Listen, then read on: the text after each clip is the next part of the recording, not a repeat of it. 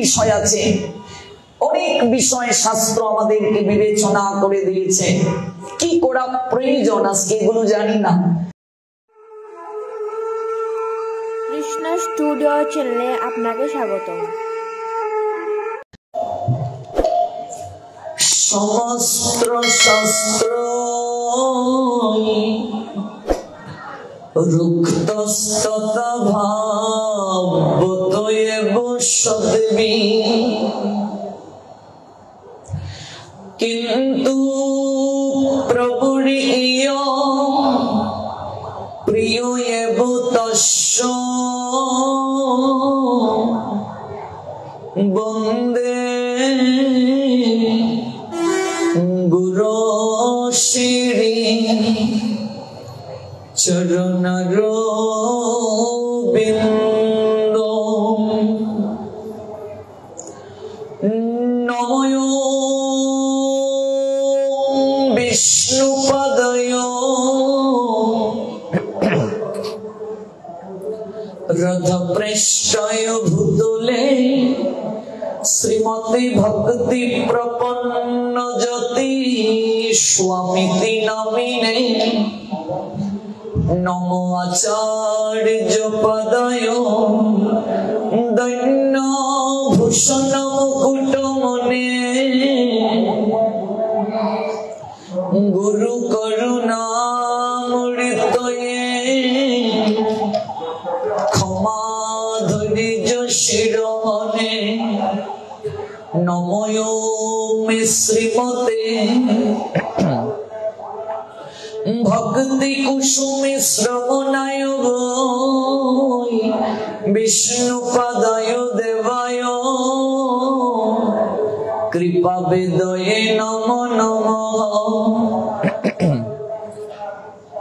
শ্রী গৌরী করুণামৃতি কৃপা পূর্ণ কলেবরং শ্রী ভক্তি কুসুম বন্দে রাধা কুঞ্জ নিবাসিন। নমঃ বিষ্ণুপদায় কৃষ্ণ প্রেষ্ঠায় ভূতলে শ্রীমতী ভক্তি সিদ্ধান্ত সরস্বতী নামিনে।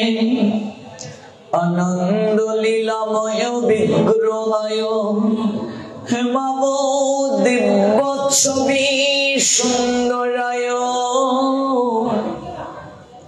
তস্मै মহাপ্রেম রস প্রদায়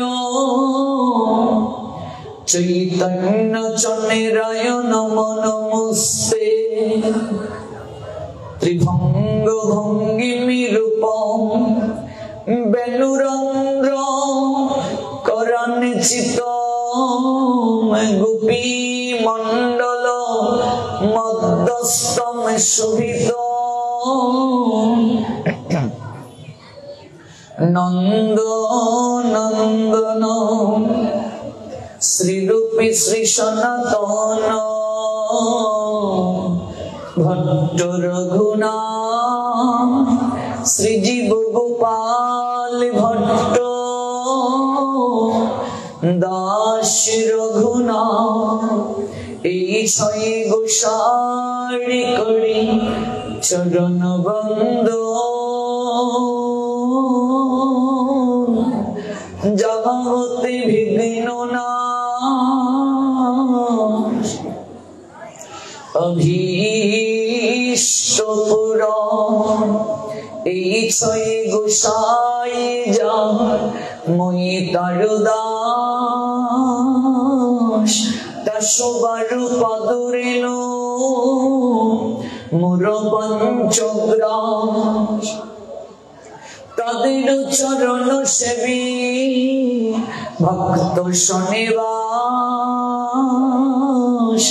জনমে জনমে মোর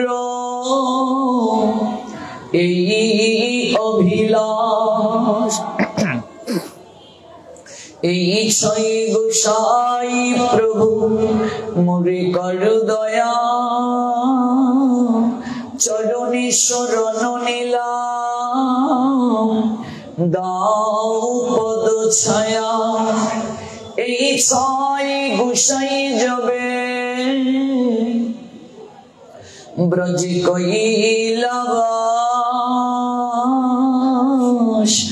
রাধা কৃষ্ণের নিত্য লীলা করিল প্রকাশ মনের আনন্দে বল হরি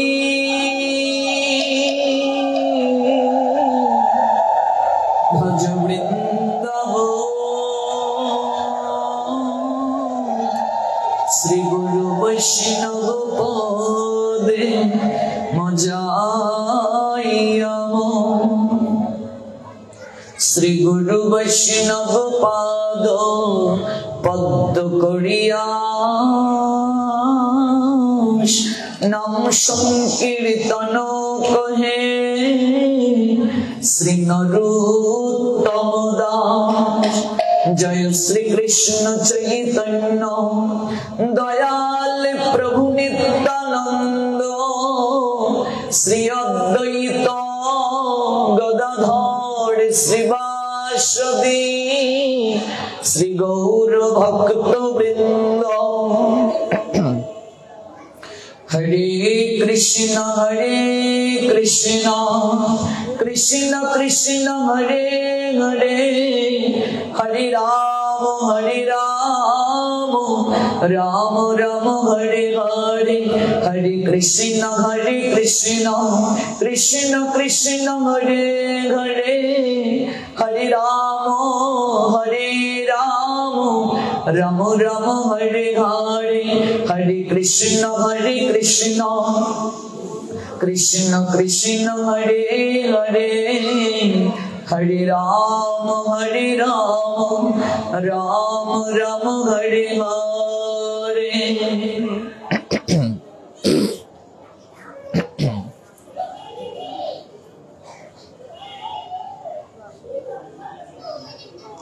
কলিযুগ পাবন অবতারী পরম প্রেমময় প্রেম পুরুষোত্তম শ্রীকৃষ্ণ চৈতন্য মহাপ্রভুর অশেষ বিশেষ কৃপা স্নাত হয়ে সপ্তদিবস ব্যাপী অপ্রাকৃত শ্রীমৎ ভাগবত তত্ত্ব সুধামৃতে আস্বাদন করার মনোরথে যে মহতী যজ্ঞানুষ্ঠানের আয়োজন করা হয়েছে সেই অনুষ্ঠান মঞ্জুষার ধারাবাহিকতায় আজ দ্বিতীয় রজনী।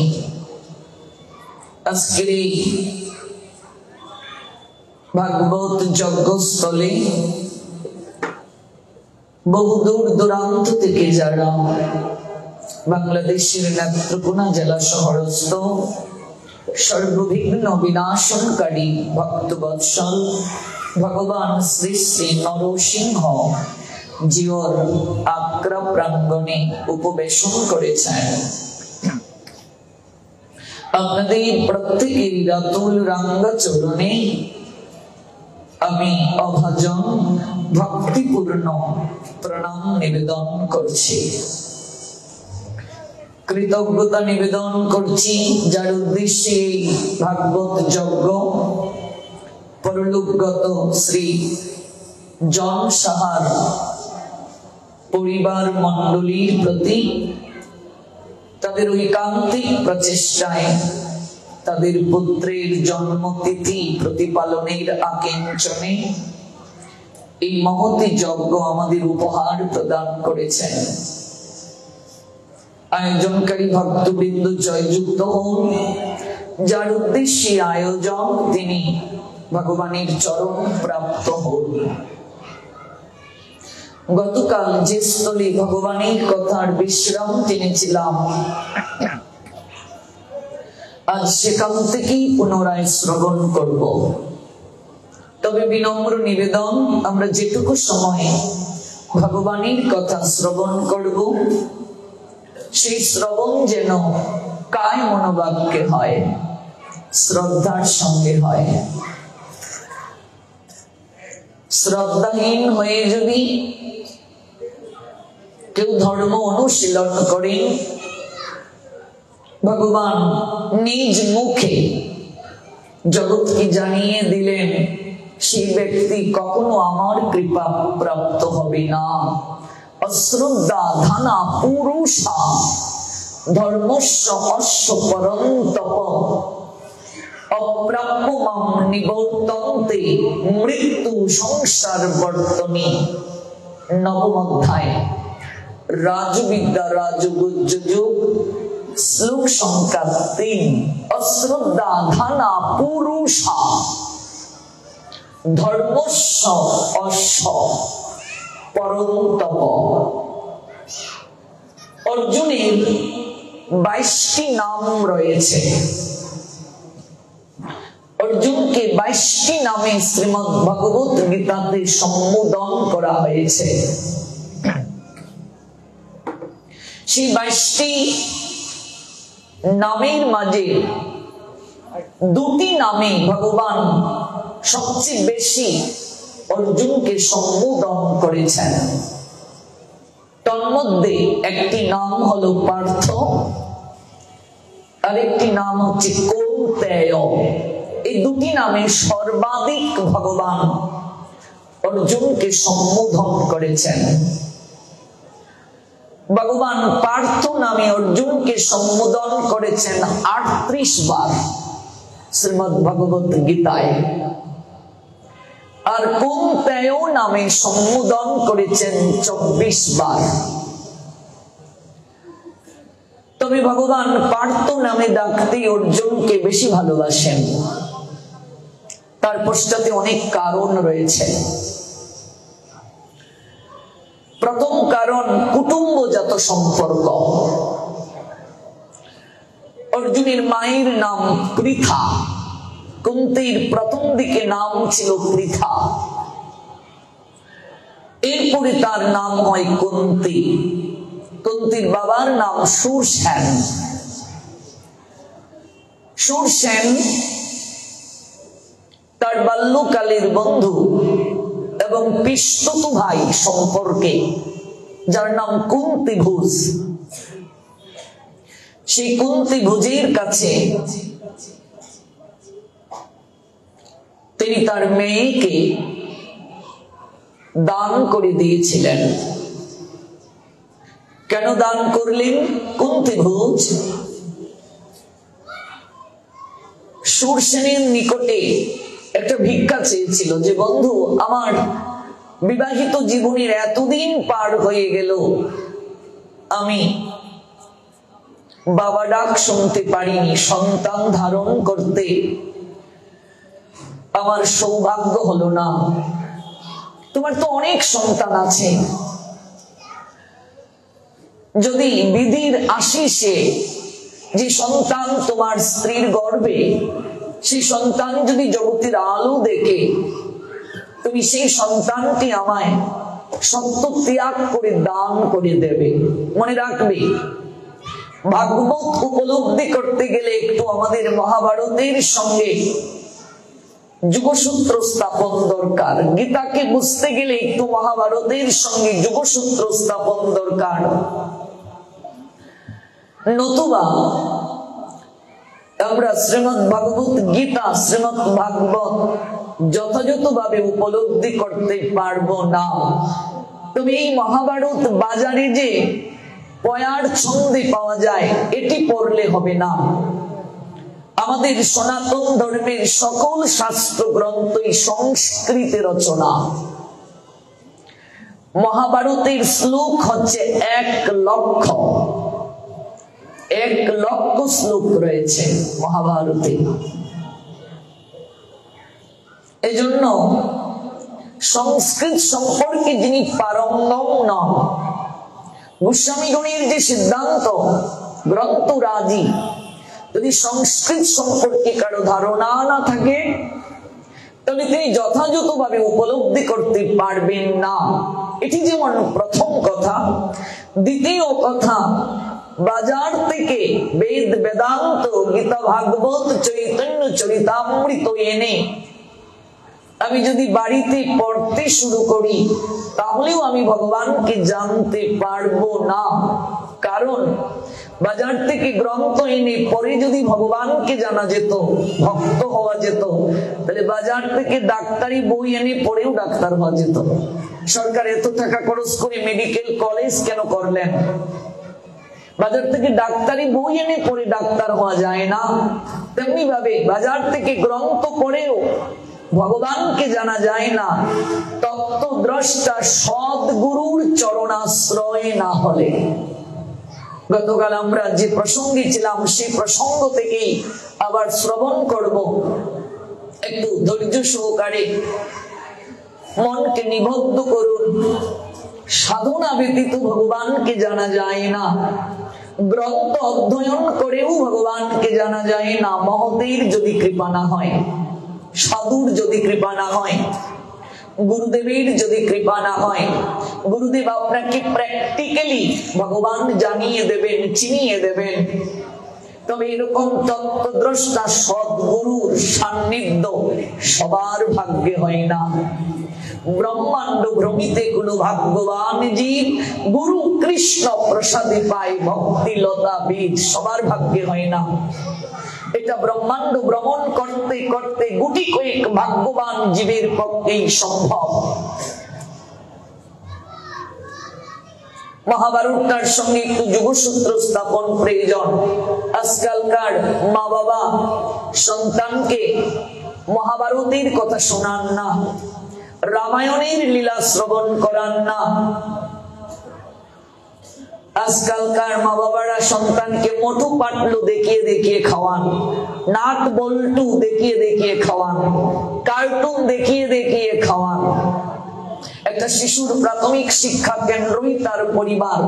পিতামাতা যদি ধর্মহীন হয়, সন্তানের পক্ষে ভক্তি লাভ করা এত সহজ নয়। কারণ বীজ যেমন ফসল তেমন। বীজ যদি ভালো হয়, জমি যদি ভালো না থাকে, ফসল ভালো হবে না। জমি ভালো, বীজ যদি ভালো না হয়, ফসল ভালো হবে না। বীজ ভালো, জমিও ভালো, এরপরও ফসল ভালো হবে না যদি পরিচর্যা না করা হয়। এজন্য শাস্ত্র তিনটি বিষয়ের উপর গুরুত্ব দিয়েছেন। এক হলো বীজ, তারপর জমি, তারপর পরিচর্যা। গুরুদেব বীজ দিয়েছেন আপনাকে, এই দেহটাকে জমির সঙ্গে তুলনা করেছেন। ক্ষেত্র ক্ষেত্র বিভাগ যুক্ত পড়বেন শ্রীমদ্ ভগবত গীতায়। মন তুমি কৃষি কাজ জানো না, এমন সোনার জমিন রইল পতিত, আবাদ করলে ফল তো সোনা। এটা জমি, এই জমিতে বীজ দিয়েছেন গুরুদেব। যত ভালো বীজ প্রদান করুন, জমি যদি ভালো না থাকে, অক্ষেত্রে যদি গুরুদেব বীজ বপন করেন, সেই গুরুকেও শাস্তি পেতে হবে, শিষ্যকেও শাস্তি পেতে হবে। লোভী গুরু, কামি চেলা, উভয়ে নরকে গেলা। যদি কোনো স্বার্থের মোহে, কোন সুবিধা প্রাপ্তির আকাঙ্ক্ষায় যদি গুরুদেব শিষ্য গ্রহণ করেন, যে এই নেত্রকোনা জেলা শহরে ভালো অবস্থান আছে, যদি তাকে শিষ্য বানাতে পারি আমি এসে থাকতে পারবো, এখান থেকে আরো অনেক শিষ্য আমার হবে। অনেক গুরুদেবরা তাই করেন, সেন্টার স্থাপন করার জন্য ধনাঢ্য ব্যক্তি দেখে দীক্ষা দিয়ে যান। শাস্ত্র সমর্থন করেননি। লোভী গুরু, গুরুদেব যদি লোভী হন আর শিষ্য যদি কামনাতুর হয়, তাহলে কখনো পরম মঙ্গল সম্ভব নয়। এই জন্য বলছেন লোভী গুরু, কামি চেলা, উভয়ে নরকে গেলা। দুজনেই ভজন থেকে বিস্মৃত হয়ে নরকগামী হবে। আমরা মূল প্রসঙ্গে আবার ফিরে আসি। সুরসেন কুন্তিভুজের সঙ্গে সখ্য সম্পর্কে আবদ্ধ। কুন্তিভুজ সুরসেনের কাছে সন্তান ভিক্ষা চাইলেন। সুরসেন বললেন, পৃথিবীতে সন্তানকে আনয়নের ক্ষেত্রে পিতার থেকে মায়ের কষ্টটা সবচেয়ে বেশি। এই জন্য মাকে শাস্ত্র বাবার থেকেও শ্রেষ্ঠ আসন দিয়েছেন। বাবা থেকেও মায়ের স্থান সর্বাগ্রে আমাদের সনাতন শাস্ত্র দিয়েছেন। প্রমাণ কোথায়? পিতা স্বর্গ পিতা ধর্ম। পিতাকে স্বর্গের সঙ্গে তুলনা করা হয়েছে। পিতাকে প্রণাম দিলে স্বর্গ পর্যন্ত প্রণাম যায়, কিন্তু মায়ের ক্ষেত্রে শাস্ত্র জানালেন জননী স্বর্গাদপি গৌরীয়সী, মা স্বর্গের থেকেও শ্রেষ্ঠ। মাকে প্রণাম দিয়ে পরিক্রমা করলে বিশ্ব ব্রহ্মাণ্ড পরিক্রমা করা হয়ে যায়। ব্রহ্মাণ্ডের সব জায়গায় প্রণাম পৌঁছে যায় মাকে যদি প্রণাম দেয়া হয়। প্রমাণ আছে কি শাস্ত্রে? নিশ্চয়ই আছে। পার্বতী গণেশ কার্তিককে দিয়ে সেই প্রমাণ দিলেন যে বিশ্ব ব্রহ্মাণ্ড পরিক্রমা করে যে প্রথমে আসবে রত্নমালাটা আমি তার গলায় দেব। কার্তিক বিশ্ব ব্রহ্মাণ্ড পরিক্রমায় বের হলেন, আর গণেশ এসে পার্বতীকে বলছেন তুমি তো আমার কাছে বিশ্ব ব্রহ্মাণ্ড। মাকে প্রণাম দিলেন, পার্বতীকে 4 বার পরিক্রমা করলেন। পার্বতী রত্নমালাটা গণেশের গলায় পরিয়ে দিলেন আর বললেন পুত্র তুমি যে মাতৃভক্তি প্রদর্শন করলে আমি তোমায় আশীষ দিলাম, সকল দেবতার পূর্বে তোমার পূজা করা হবে। মায়ের আশীর্বাদে গণেশ হলেন সিদ্ধিদাতা। এই জন্য মায়ের অবদানটা বাবার থেকেও শ্রেষ্ঠ জায়গায়, কারণ এই পৃথিবীতে আনয়নের ক্ষেত্রে মায়ের কষ্টটা অনেক বেশি। পিতা আনন্দিত হইয়া সাগরে দেয় ফেলিয়া, সেই যে চলে গেল ফিরে এলো না। সন্তান প্রাপ্তির জন্য পিতা তার কার্য করেই সমাপন করলেন, তারপর আর সংবাদ নিলেন না। সংবাদ নেয়ার তার প্রক্রিয়াও নেই। আমায় ধরিয়া জঠরে কত কষ্ট করে 10 মাস 10 দিন গর্ভে দিল ঠাই। নরবাহে হল নারী বাহে জল, সেই জল মাটি মিশে ফসল হইয়া ফলিয়া উঠিলাম সোনালী ধানের শীষে। কি চমৎকার দেহতত্ত্বের কথা। এই জন্য মায়ের অবদানটা অনেক উপরে। মা স্বর্গ থেকেও শ্রেষ্ঠ। চেতনার দিক থেকে বিজ্ঞান বলছে বাবার থেকেও মায়ের চেতনা সন্তান বেশি প্রাপ্ত হয়। 75 চেতনা ভাগবত বলছেন মায়ের পায়, বাবার পায় 25 ভাগ। আজকাল সমাজ সংসারে অসুর প্রবৃত্তি সম্পন্ন সন্তান জন্ম হচ্ছে। আমার সন্তান চরিত্রহীন, রাস্তায় কাপড় টানে। আমার সন্তানের মেধা প্রজ্ঞা দুর্বল। ভাগবত বলছে এর পশ্চাতে পিতামাতার একটা দায়বদ্ধতা রয়েছে। কারণ আমরা সন্তান ধারণ করার জন্য সাধনা কেউ আর এখন করি না। আমরা সন্তান ধারণ করি নিজেদের ইন্দ্রিয় তৃপ্তির ফল রূপে। ভাবুন তো, একটা বিবেকানন্দের জন্ম এখন আর কেন হয় না? একটা মহানামৃত ব্রহ্মচারীর জন্ম কেন এখন আর হয় না? কেন হয় না লোকনাথ ব্রহ্মচারী, রামকৃষ্ণ পরমহংসদেব থেকে শুরু করে নিগমানন্দ পরমানন্দ, কেন হয় না তাদের জন্ম? কারণ তাদেরকে পৃথিবীতে আনয়নের জন্য এমন জমিও নেই, বীজও নেই। উপলব্ধি করতে হবে। একবার পরে দেখবেন তাদের জীবনী, সন্তান ধারণ করতে তাদের পিতামাতা কতটা সাধনা করেছিলেন। সন্তানকে পৃথিবীতে আনয়নের ক্ষেত্রে তাদের পিতামাতা কতটা সাধনা করেছিলেন। সাধনা ব্যতীত হয় না। আদর্শ সন্তান প্রাপ্তির পশ্চাতে ভাগবত বলছেন তিথি নক্ষত্র দিন ক্ষণ দেখে বিবাহ, শাস্ত্রীয় নিয়মে বিবাহ। তিথি নক্ষত্র দিন ক্ষণ দেখে সন্তান ধারণে প্রবৃত্ত হওয়া। গর্ভকালীন সময়ে মায়ের সাধনা, যেটাকে সীমন্ত উন্নয়ন সংস্কার বলে, দশবিধ সংস্কারের একটা সংস্কার। কিন্তু সমাজে হচ্ছে কি, পাঠা, ছাগল, হাঁস, মুরগি নিয়ে বাবার বাড়ির লোকেরা সীমন্ত উন্নয়ন দেবে, পিঠাপুলি নিয়ে যাচ্ছে। আর কি করছে? শাস্ত্রের যে সংস্কার সেটা পালন না করে 3-4 গ্রামের লোককে নিমন্ত্রণ করে খাওয়াচ্ছে। সাধ ভক্ষণের নামে সমাজে যে ব্যাধি চলছে, সাধ ভক্ষণটা শাস্ত্রীয় সংস্কার নয়। আজকাল সমাজে সাধ ভক্ষণের প্রবর্তন চলছে, কিন্তু এটি শাস্ত্রীয় সংস্কার নয়। অষ্টম মাসে আপনাকে যজ্ঞ করে সন্তানের সংস্কার করতে হয়। সপ্তম মাসে জীব নানা ক্লেশে রয়, তাহাদিকে পরমাত্মা গুরু দয়াময় চৈতন্য করিতে জীবকে সাক্ষাৎ দিল, মহামন্ত্র দিয়ে জীবকে চেতন করিল। চৈতন্য পাইয়া জীব চক্ষু মেলে চায়, পরমাত্মা গুরুদেব প্রেসে দেখিবারে পায়। সপ্তম মাসে ভগবত দর্শন হয়।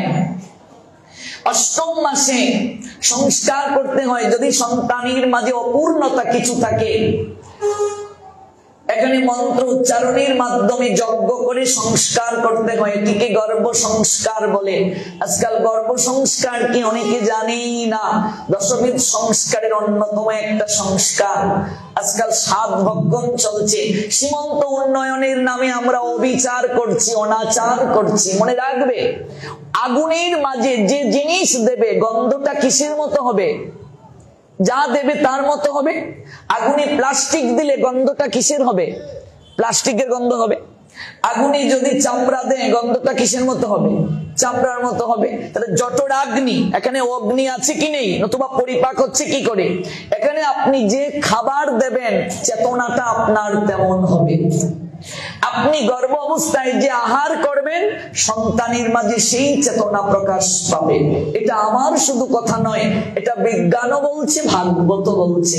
যেমন খাবার তেমন মন, যেমন মন তেমন বুদ্ধি, যেমন বুদ্ধি তেমন স্থিতি, যেমন স্থিতি তেমন লয়, যেমন লয় তেমন প্রাপ্তি। আহারের সঙ্গে একটা মনের সম্পর্ক আছে, আহারের সঙ্গে চেতনার সম্পর্ক আছে, আহারের সঙ্গে শরীরের অঙ্গ প্রত্যঙ্গ ইন্দ্রিয়ের একটা সম্পর্ক আছে।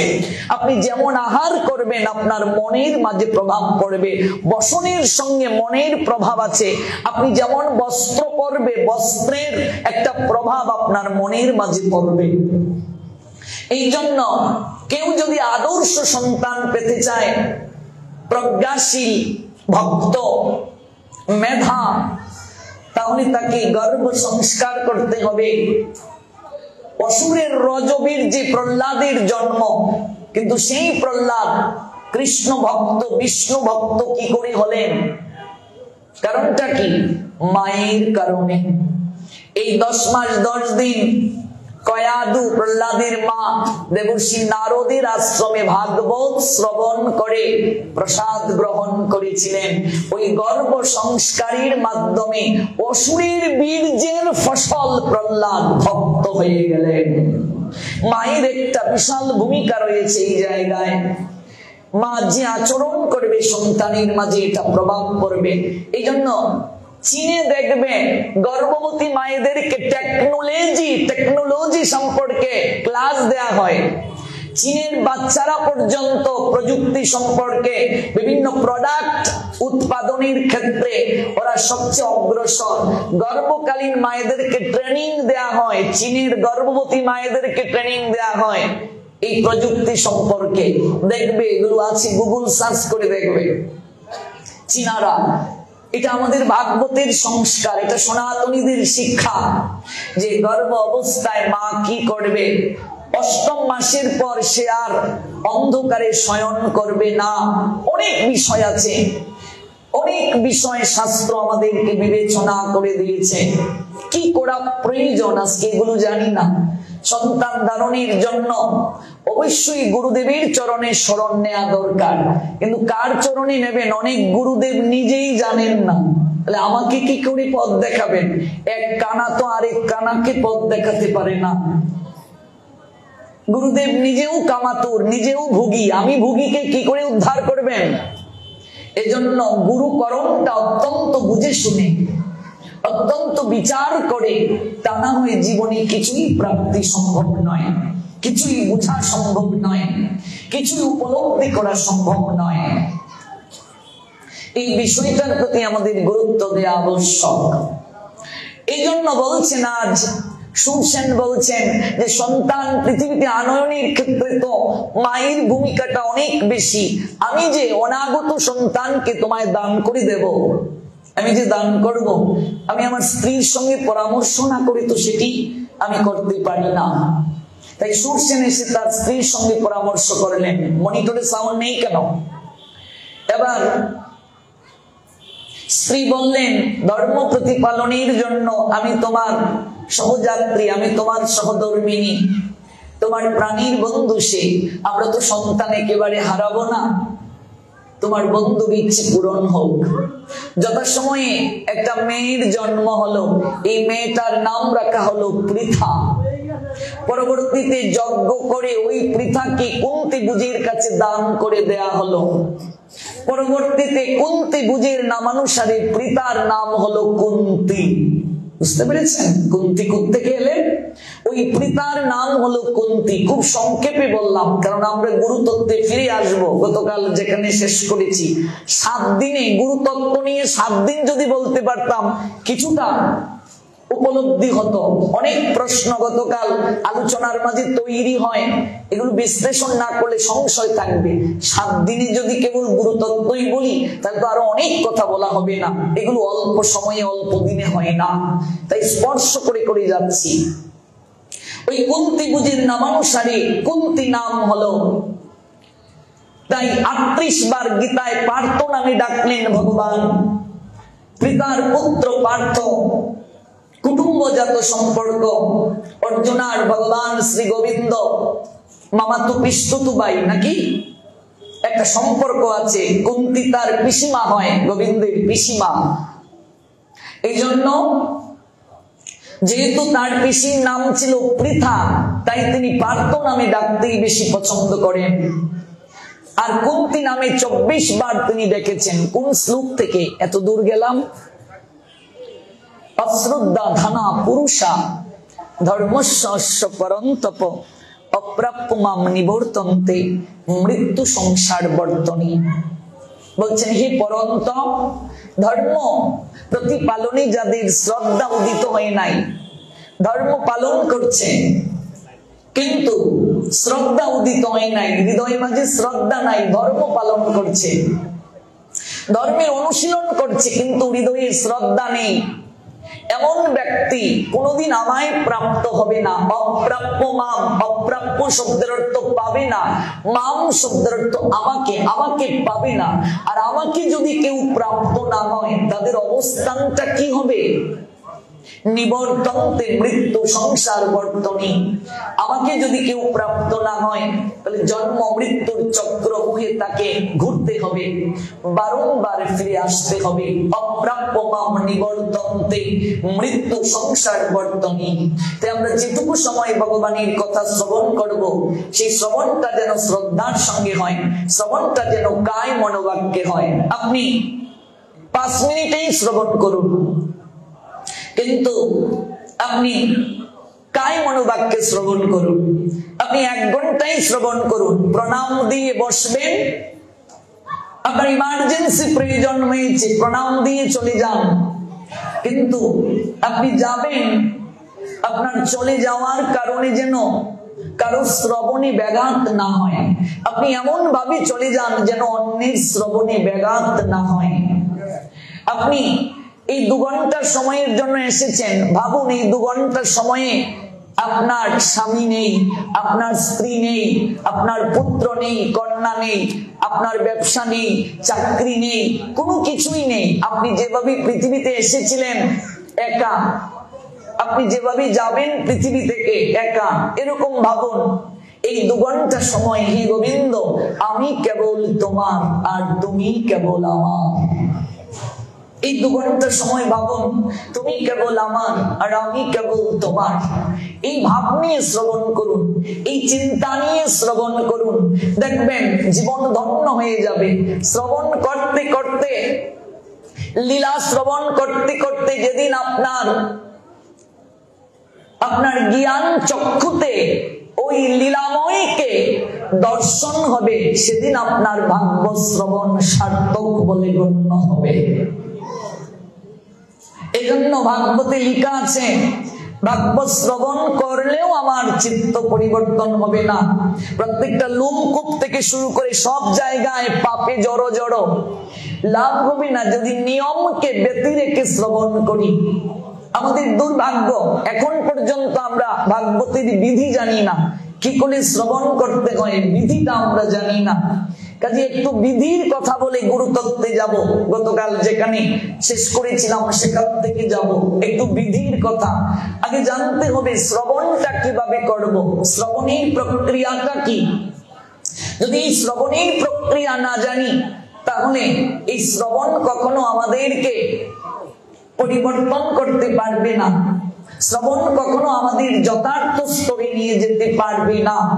চলুন ভগবান শ্রবণের বিধি প্রসঙ্গে কি বলছেন শ্রীমদ্ ভগবত গীতায় ৮শ অধ্যায় মোক্ষযোগ শ্লোক সংখ্যা ৭১। সেখানে ভগবান বলছেন, শ্রদ্ধাবান অনুসুয়াচ শ্রীণুয়াত অপি ইয়া নরহ সহপি মুক্ত শুভান লোকান প্রাপ্নুয়াত পুণ্যকর্মাণাম। ভগবান বলছেন, শ্রদ্ধার সঙ্গে আমারই কথা শ্রবণ করো, অনুসুয়াচ অসুয়া থেকে রহিত হয়ে শ্রবণ করো, শ্রীণুয়াত শ্রবণ করা, শ্রীণুয়াত শ্রবণ করা, শ্রীণুয়াত অপি ইয়া নরহ, নর মানে মনুষ্য, যে মনুষ্য শ্রদ্ধার সঙ্গে এই কথা শ্রবণ করে, সপি মুক্ত শুভান লোকান প্রাপ্নুয়াত পুণ্যকর্মাণাম, সেই ব্যক্তি পুণ্য কর্মকারীদের নিয়ায় অচিরে এই দুঃখময় সংসার সাগর থেকে পরিত্রাণ পেতে পারে। তবে এত ভাগবত পাঠে আসি গো মা, এত ভাগবতের কথা শ্রবণ করি, এত সাধু সঙ্গ করি, অবস্থার পরিবর্তন নেই কেন? হৃদয়ে অনুভব হচ্ছে না কেন? ভগবানকে অনুভব করছি না কেন? এটি হচ্ছে মুখ্য কথা। কি করে আপনি উপলব্ধি করবেন আপনি ভজনের অগ্রগতিতে আছেন? আপনি যে ভজন করছেন, আপনি ভজনের উপরের স্তরে ধীরে ধীরে যাচ্ছেন, কোন লক্ষণের দ্বারা আপনি উপলব্ধি করবেন? কোন লক্ষণের দ্বারা আপনি উপলব্ধি করবেন যে আপনার ভজন যথাযথ হচ্ছে, আপনার ভজন ভগবানের কাছে পৌঁছাচ্ছে? কোন লক্ষণের দ্বারা আপনি বুঝবেন? ভাগবত সেটি জানিয়ে দিয়েছেন আমাদেরকে। এই জন্য প্রস্তুতি পর্বটা আগে 7 দিন শুনতে হবে, তারপর ভাগবতে প্রবেশ। আগে প্রস্তুতি। কি করে প্রস্তুতি নেব ভাগবত আসরে যেতে গেলে? ভাগবত আসরে গিয়ে আমার করণীয় কি, এই প্রস্তুতি না জানলে হবে না। আমরা জানবো কোন লক্ষণের দ্বারা বুঝবো। তার আগে চলুন শ্রবণের বিধি কি আমরা জানলাম। শ্রদ্ধা সর্বপ্রথম। এই শ্রদ্ধার কথা গীতার বহু সংখ্যক শ্লোকে আছে, ভাগবতে তো আছেই, চৈতন্য চরিতামৃতেও আছে। চৈতন্য চরিতামৃতের মধ্যলীলা ২২ পরিচ্ছেদ ৩২ নং পয়ার, সেখানে শ্রী কৃষ্ণদাস কবিরাজ গোস্বামীপাদ বললেন, সাধু সঙ্গে কৃষ্ণ ভক্তে শ্রদ্ধা যদি হয়, ভক্তি ফল প্রেম হয়, সংসার যায় ক্ষয়। দেখুন প্রেমটা কি? ভক্তি বৃক্ষের ফল। প্রেম কি? ভক্তি বৃক্ষের ফল। ভক্তি কি? ভগবানের চরণে যে একান্ত রতি। রতি কাকে বলে? যে প্রীতির মাঝে হেতু নেই। হেতু কি? হেতু মানে আকাঙ্ক্ষা। যে ভালোবাসার মাঝে কোনো চাওয়া পাওয়া নাই, যে ভালোবাসার মাঝে কোনো কামনা নাই, যে ভালোবাসার মাঝে কোনো আকাঙ্ক্ষা নেই, তা হলো রতি। আর ভগবানের চরণে যে ঐকান্তিক রতি, ঐকান্তিক শব্দের অর্থ কি? যে প্রীতি গোবিন্দ ব্যতীত আর কোনো দিকে ধাবিত না, এটি হলো ঐকান্তিক রতি। এই ঐকান্তিক রতির নাম ভক্তি। আমরা যারা বলছি যে উনার খুব ভক্তি আছে, উনার খুব ভক্তি আছে, তাহলে আমার যে হৃদয়ের ভক্তিটা সেটি কি কেবল গোবিন্দের সন্তুষ্টির জন্য? যদি না হয় তাহলে বুঝতে হবে আমার ভক্তিটা দূষিত, এটাকে ফিল্টারকরণ করতে হবে। জল যদি দূষিত হয়ে যায় তাহলে সেই জল পানের অযোগ্য হয়। সেই জলকে তখন ফিল্টারকরণ করতে হয়, কিংবা ফিটকিরি দ্বারা, কিংবা ফুটিয়ে, কিংবা হ্যালোজেন ট্যাবলেট দ্বারা এটাকে বিশুদ্ধ করতে হয়, নতুবা সেই জল পান করা যায় না। জল যদি তার ধর্ম থেকে সরে যায়, জল যদি পিপাসা মেটাতে না পারে, জলের মূল্য নেই।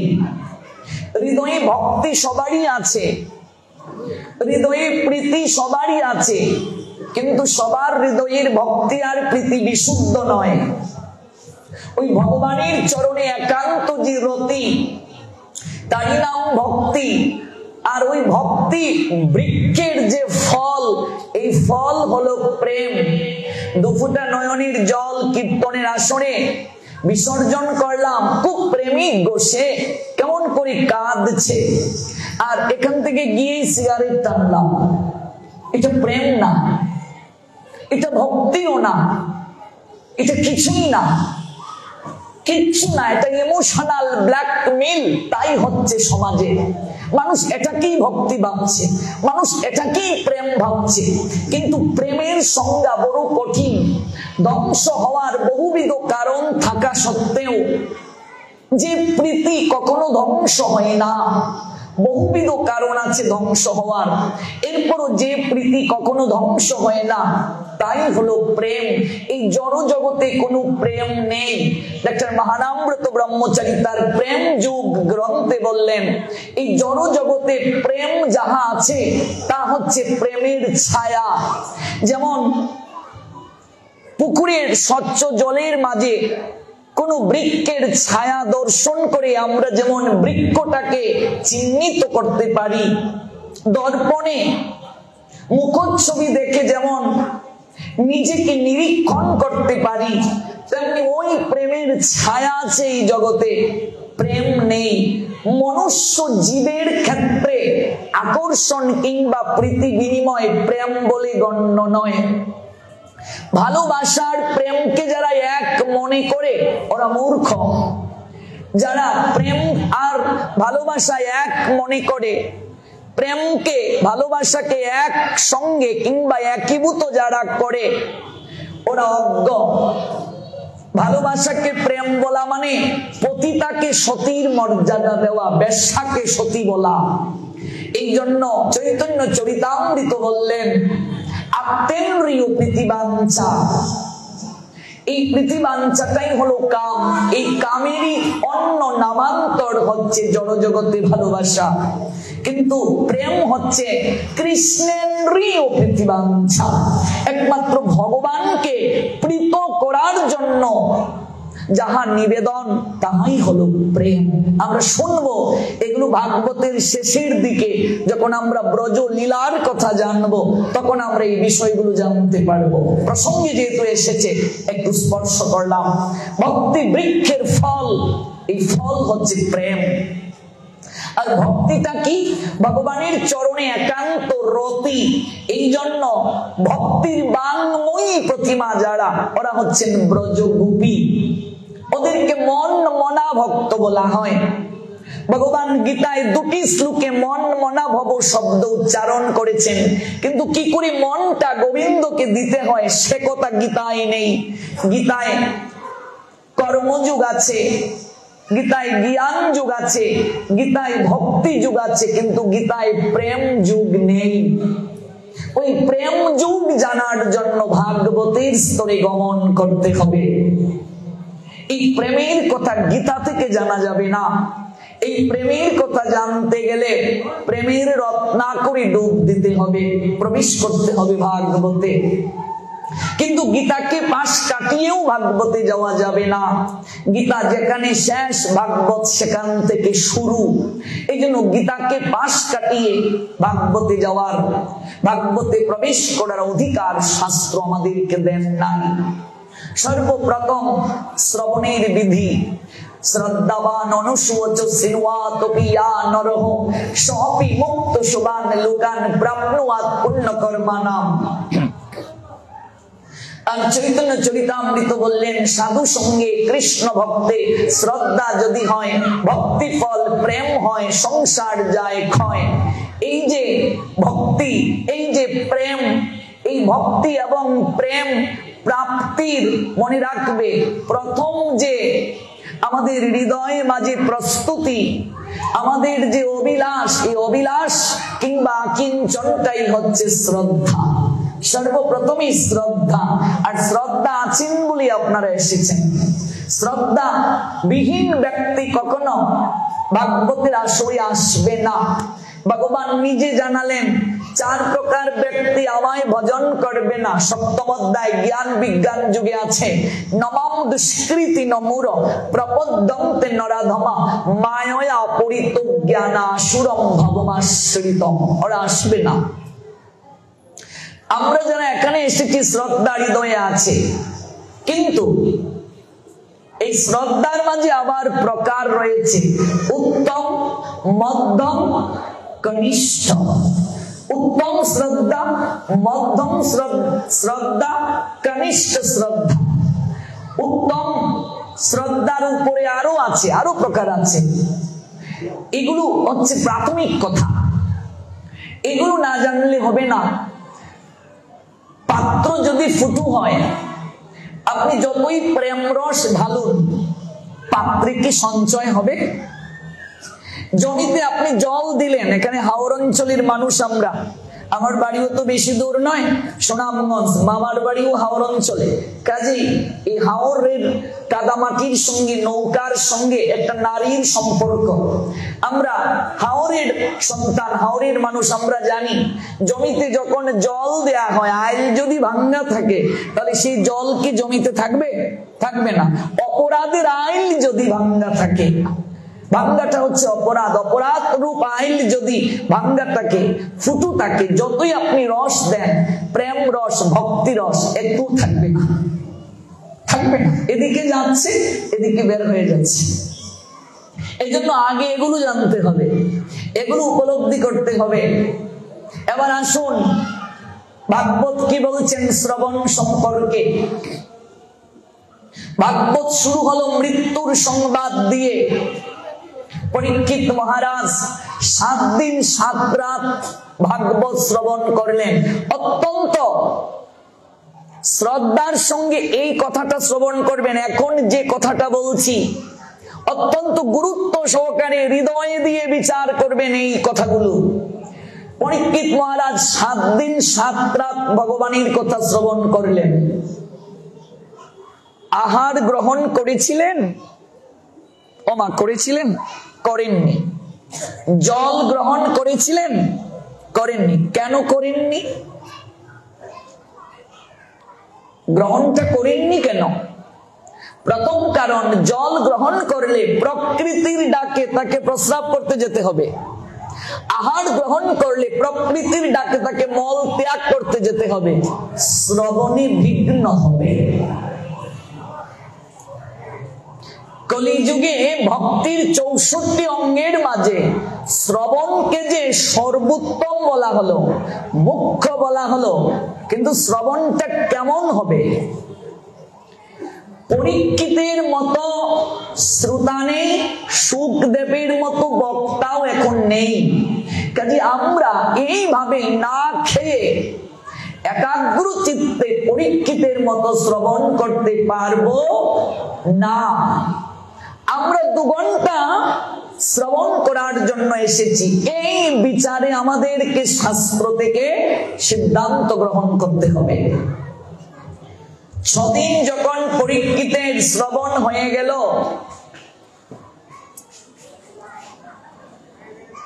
সন্ধ্যাকালীন সময়ে পরীক্ষিত বলছেন, হে মহাত্মন, আপনি অবগত আছেন এই 6 দিন যাবত আমি জল গ্রহণ করিনি, আহার গ্রহণ করিনি, আমি একটু ক্লান্ত নই।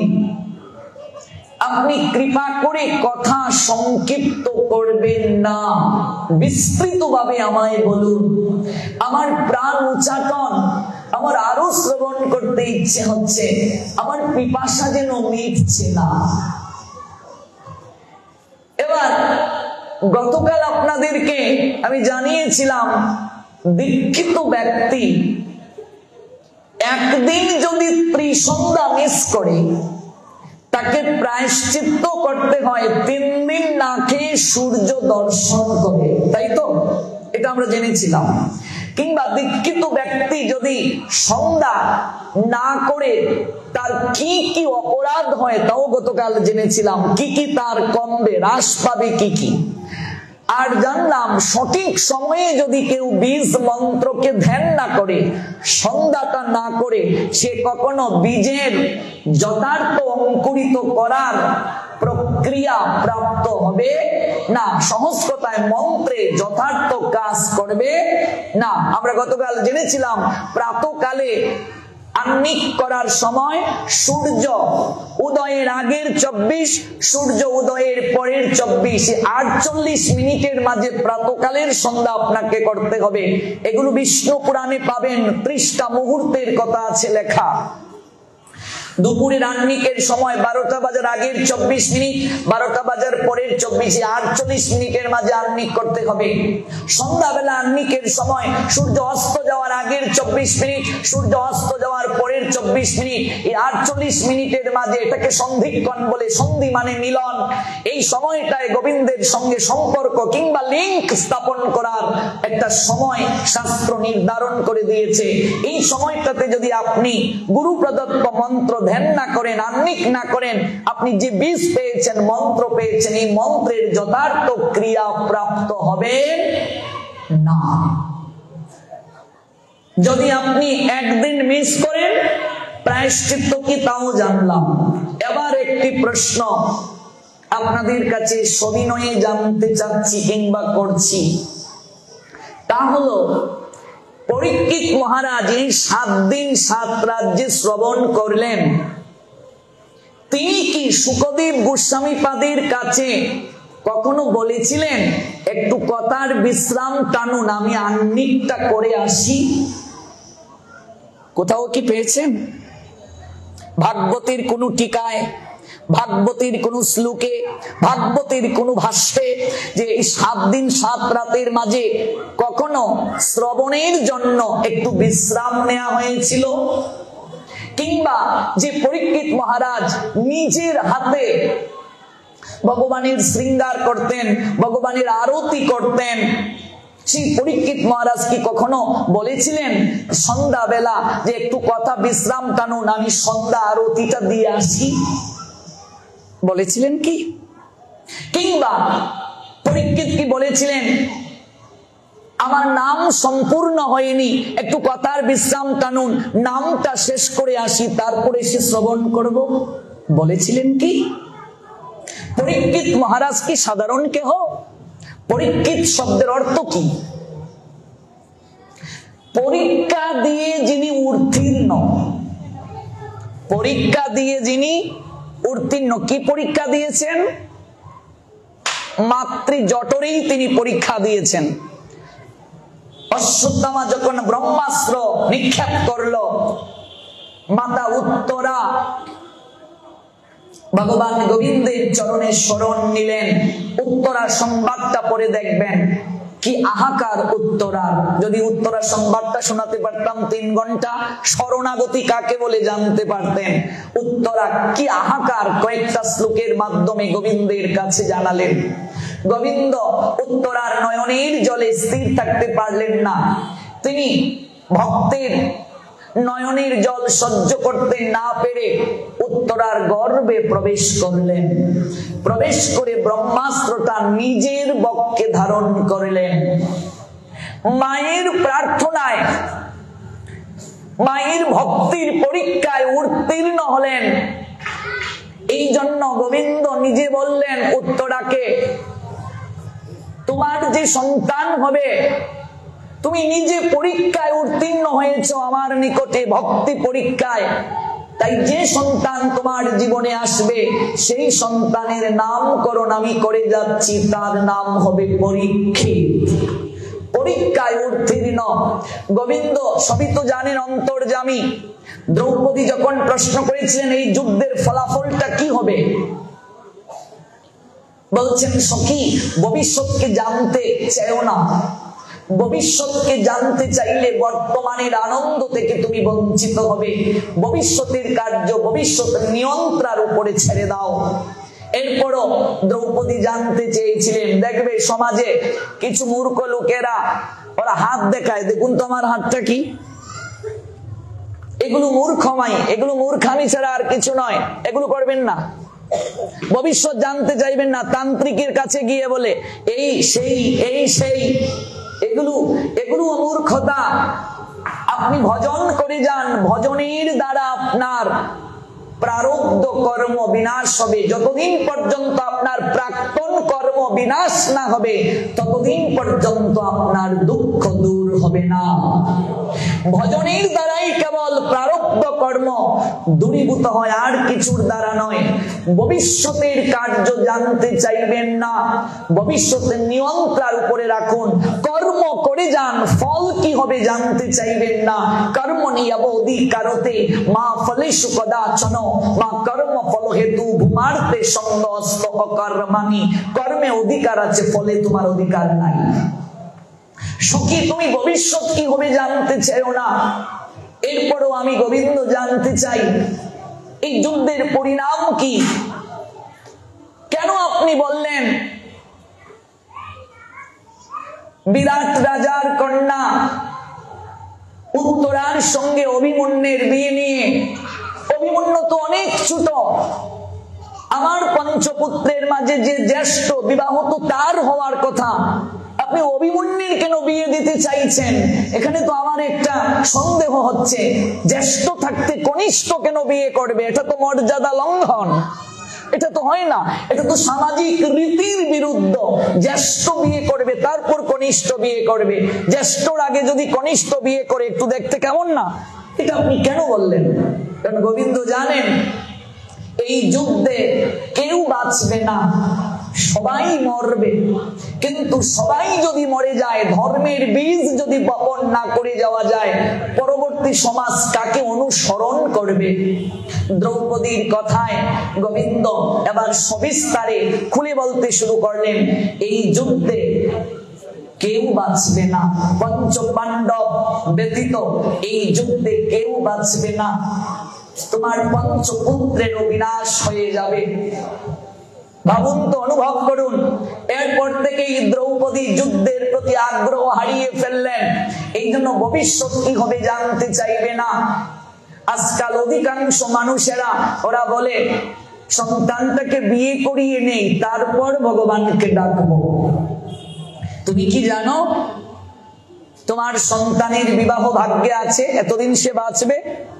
আমার এক দূর সম্পর্কের মাসি, আমি প্রবচনে আসে, আমাকে খুব ভালোবাসে, আমি তাকে মাসি বলে ডাকি। বললাম, ও মাসি একটু পাঠে আসতে পারো না? সপ্তাহে একটা বার শুক্রবার একটু পাঠে আসবে, 6টা বারেই তো পরিবারকে সময় দাও। মাসিমা বলে উঠলো, ফাল্গুনে ছেলেটার বিয়ে, ছেলেটাকে বিয়ে করিয়ে এক শুক্রবারও মিস হবে না, তোমাদের সঙ্গেই থাকবো। ফাল্গুনে ঘটা করে ছেলেকে বিয়ে দিলেন, জ্যৈষ্ঠে আবার দেখা। কি গো মাসি, শুনলাম ছেলেকে ঘটা করে বিয়ে দিলে, ভাগবত পাঠে আসো না কেন? মাসি বলে উঠলেন, বাবারে ইচ্ছে ছিল শাশুড়ি হব, বউকে সংসার বুঝিয়ে দিয়ে ধর্ম প্রতিপালনে মন দেব, এবার শাশুড়ি না হয়ে নতুন বউ হয়ে গেলাম। এটা কলিযুগ মা। এই 64 জেলার আনাচে কানাচে ঘুরে বেড়াই আমি। এই কলিযুগে 100 মায়ের মাঝে 99টা মা ছেলে বিয়ে করিয়ে শাশুড়ি না হয়ে নতুন বউ হয়, মিলিয়ে দেখবে। তাই যদি মনে করো ছেলে বিয়ে করিয়ে তারপর ভজন করব, তারপর প্রসাদ পাবো, তাহলে ভুল ভাবছো। তারপর গীতা পাঠে যাব, তারপর ভাগবত পাঠে যাব, দায়িত্ব পালন করে তারপর প্রসাদ পাবো, দায়িত্ব পালন করে ভাগবতের সঙ্গ করব, মরার আগেও তোমার দায়িত্ব শেষ হবে না, কস্মিন কালেও সম্ভব নয়। ভাগবত সিদ্ধান্ত দিলেন মরার আগেও তোমার দায়িত্ব পালন শেষ হবে না। এই জন্য এক হাতে কাজ করো, আরেক হাতে ঈশ্বরকে ধরে রাখো।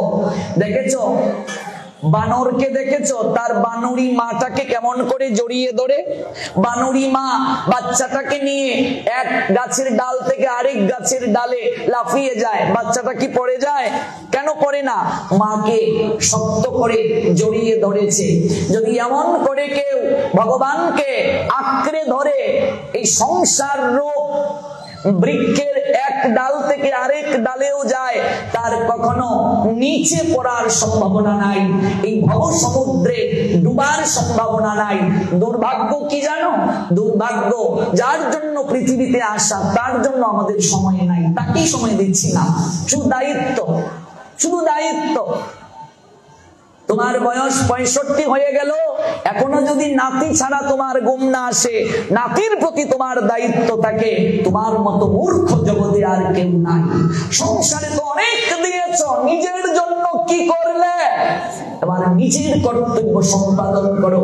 ভাগবত সিদ্ধান্ত দিলেন 25 বছর বয়স পর্যন্ত দেহ সম্পদকে রক্ষা করতে হবে। 26-এ বিবাহের অনুমতি দিয়েছেন, 26-এ বিয়ে করবে।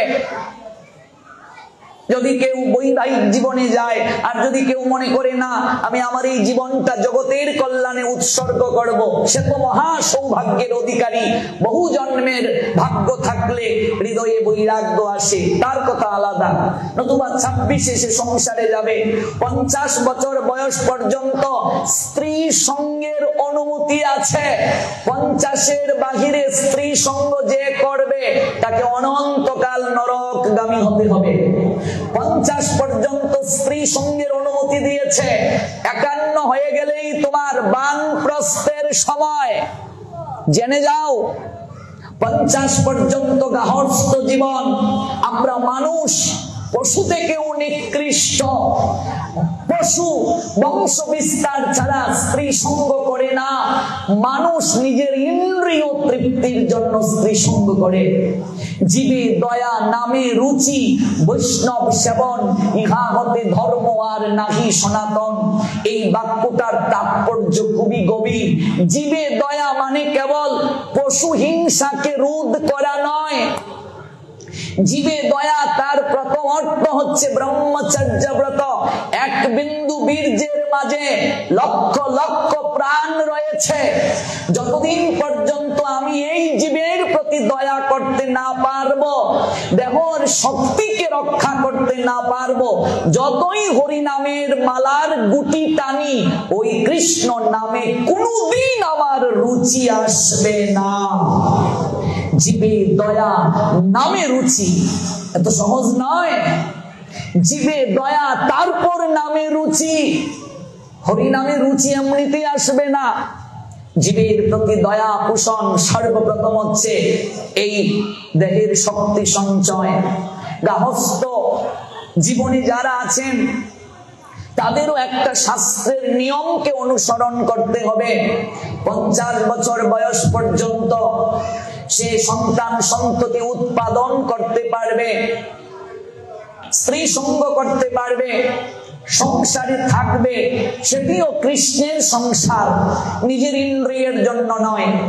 51 বছর যার হয়ে যায় তাকে বানপ্রস্থ নিতে হবে। বানপ্রস্থটা কি? বানপ্রস্থটা হলো 100 দিনের মাঝে 75 দিন। যার বয়স 51 হয়ে গেছে, 100 দিনের মাঝে 75 দিন তাকে সাধু সঙ্গে মন্দিরে তীর্থে ধামে বাস করতে হবে। আর 25 দিন সে সংসারে থাকতে পারবে। 100 দিনের মাঝে 75 দিন সে ধামে মন্দিরে কীর্তনে সাধু সঙ্গে বাস করবে। কারণ 50 বছর বয়স পর্যন্ত সে দেহের সুখ ভোগ করেছে, সংসারের সুখ ভোগ করেছে, স্ত্রীর সঙ্গ করেছে, সন্তান উৎপাদন করেছে, প্রতিপালন করেছে, ভোগ তার হয়ে গেছে। এখন আর তার ভোগের সময় না, এখন তার ত্যাগের সময়। কিন্তু বর্তমানে বিবাহই করছে মানুষ 35 বছর বয়সে, 40-এ। তাহলে কি করে আপনি এই চতুর আশ্রমকে মেনটেন করবেন? কি করে মেনটেন করবেন? হৃদয়ে মনের মাঝে যদি আমার রয়ে যায় কামনা, তাহলে এই বৈরাগ্য হবে ফলগু বৈরাগ্য। এই ফলগু বৈরাগ্যের দ্বারা কল্যাণ সাধিত হবে না। 75 বয়স পর্যন্ত এই প্রক্রিয়া চলবে। 51 হয়ে গেলে সন্তানকে সংসার বুঝিয়ে দিয়ে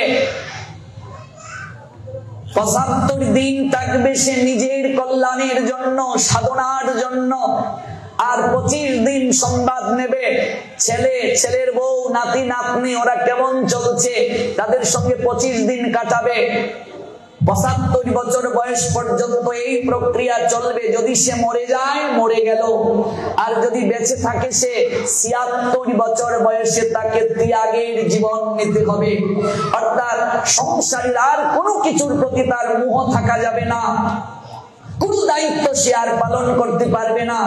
সংসারের সকল কিছুর দায়িত্ব ভার সন্তানকে বুঝিয়ে দিয়ে বলবে, তোমাদের জন্য তো অনেক করলাম, এই সোনার অঙ্গ বিসর্জন করলাম বাবা, এবার আমি যেন ভগবানের নামটা নিয়ে সুস্থভাবে জগৎ থেকে যেতে পারি। কৃষ্ণ ভজনে তোমরা আমাকে সহায়তা করো।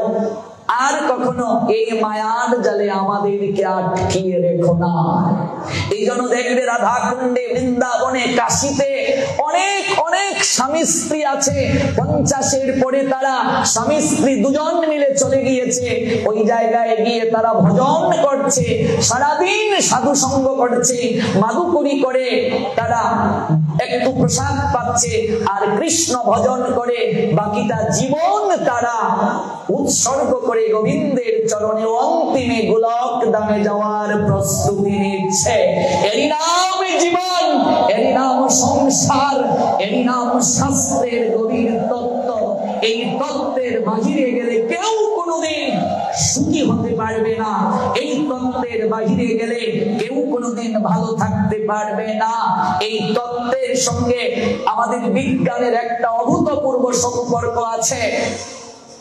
আপনি 40 বছর বয়সে 16 বছরের আহারটা যদি করেন, 16 বছর বয়সে যে আহার করতেন, এটা যদি 40 কিংবা 50-এ করেন, আপনি কি আগের মতো হজম করতে পারবেন?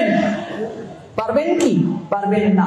কি বলে ডাক্তাররা যে খাদ্যের নিয়ন্ত্রণ আনুন, এখন আর তেল খাবেন না, চর্বি জাতীয় বেশি খাবার খাবেন না, আপনি আবার খাদ্যের নিয়ন্ত্রণ আনুন। আমাদের শাস্ত্র এরকম সিদ্ধান্ত দিয়েছে 50-এর পরও যদি আমার মুরগির ঠ্যাং চিবানোর ইচ্ছা থাকে, এটা দুর্ভাগ্য আমার জীবনে। অনেক খেলে এবার সাত্বিক আহার গ্রহণ করো, ভগবানকে নিবেদন করে আমায় প্রসাদ পেতে হবে। আমি এমনও দেখেছি 70 বছর বয়স, দাঁত পড়ে গেছে, তিনি বলছেন আমাকে খাসির তেলটা দাও, হাড্ডি চিবাতে পারি না, তেল দাও, তেল। কোথায় যাবে? হ্যাঁ, কোথায় যাবে? সংসার সত্যি বিষময়। আমরা করছি সংসারটাকে বিষময়।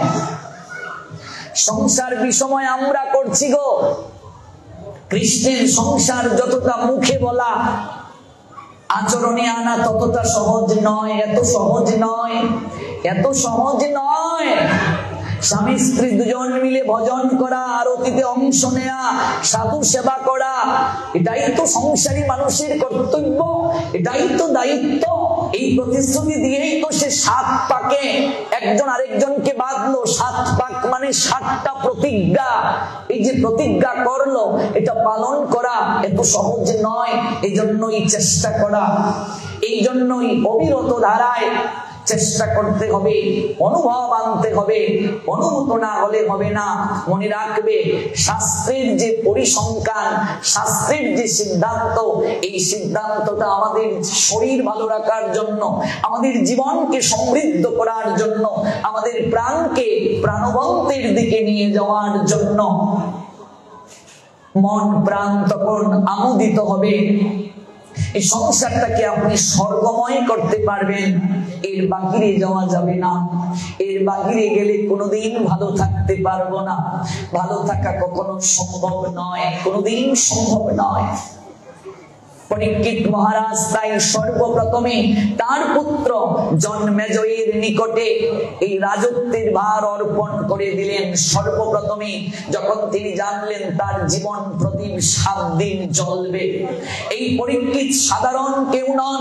এই প্রসঙ্গ থেকে এতদূর গেলাম, পরীক্ষা দিয়ে উত্তীর্ণ হয়েছেন তিনি।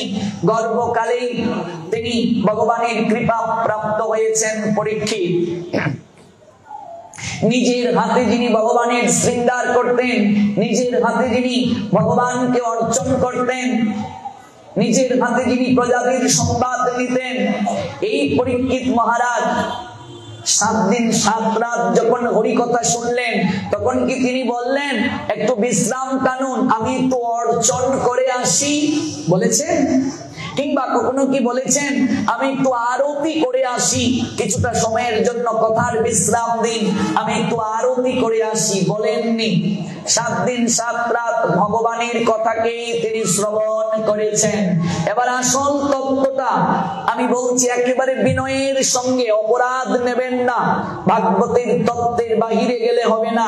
এই ধর্ম কেবল লোক দেখানো হবে, আমার পরিবর্তন সাধিত করবে না। যখন ভগবানের কথা শুরু হয়ে যাবে, এই যে আসন, এর নাম কি? ব্যাস আসন। কে বসলেন? ভাগবতের বক্তাকে শুকদেব। এই আসনে বসলেন কে?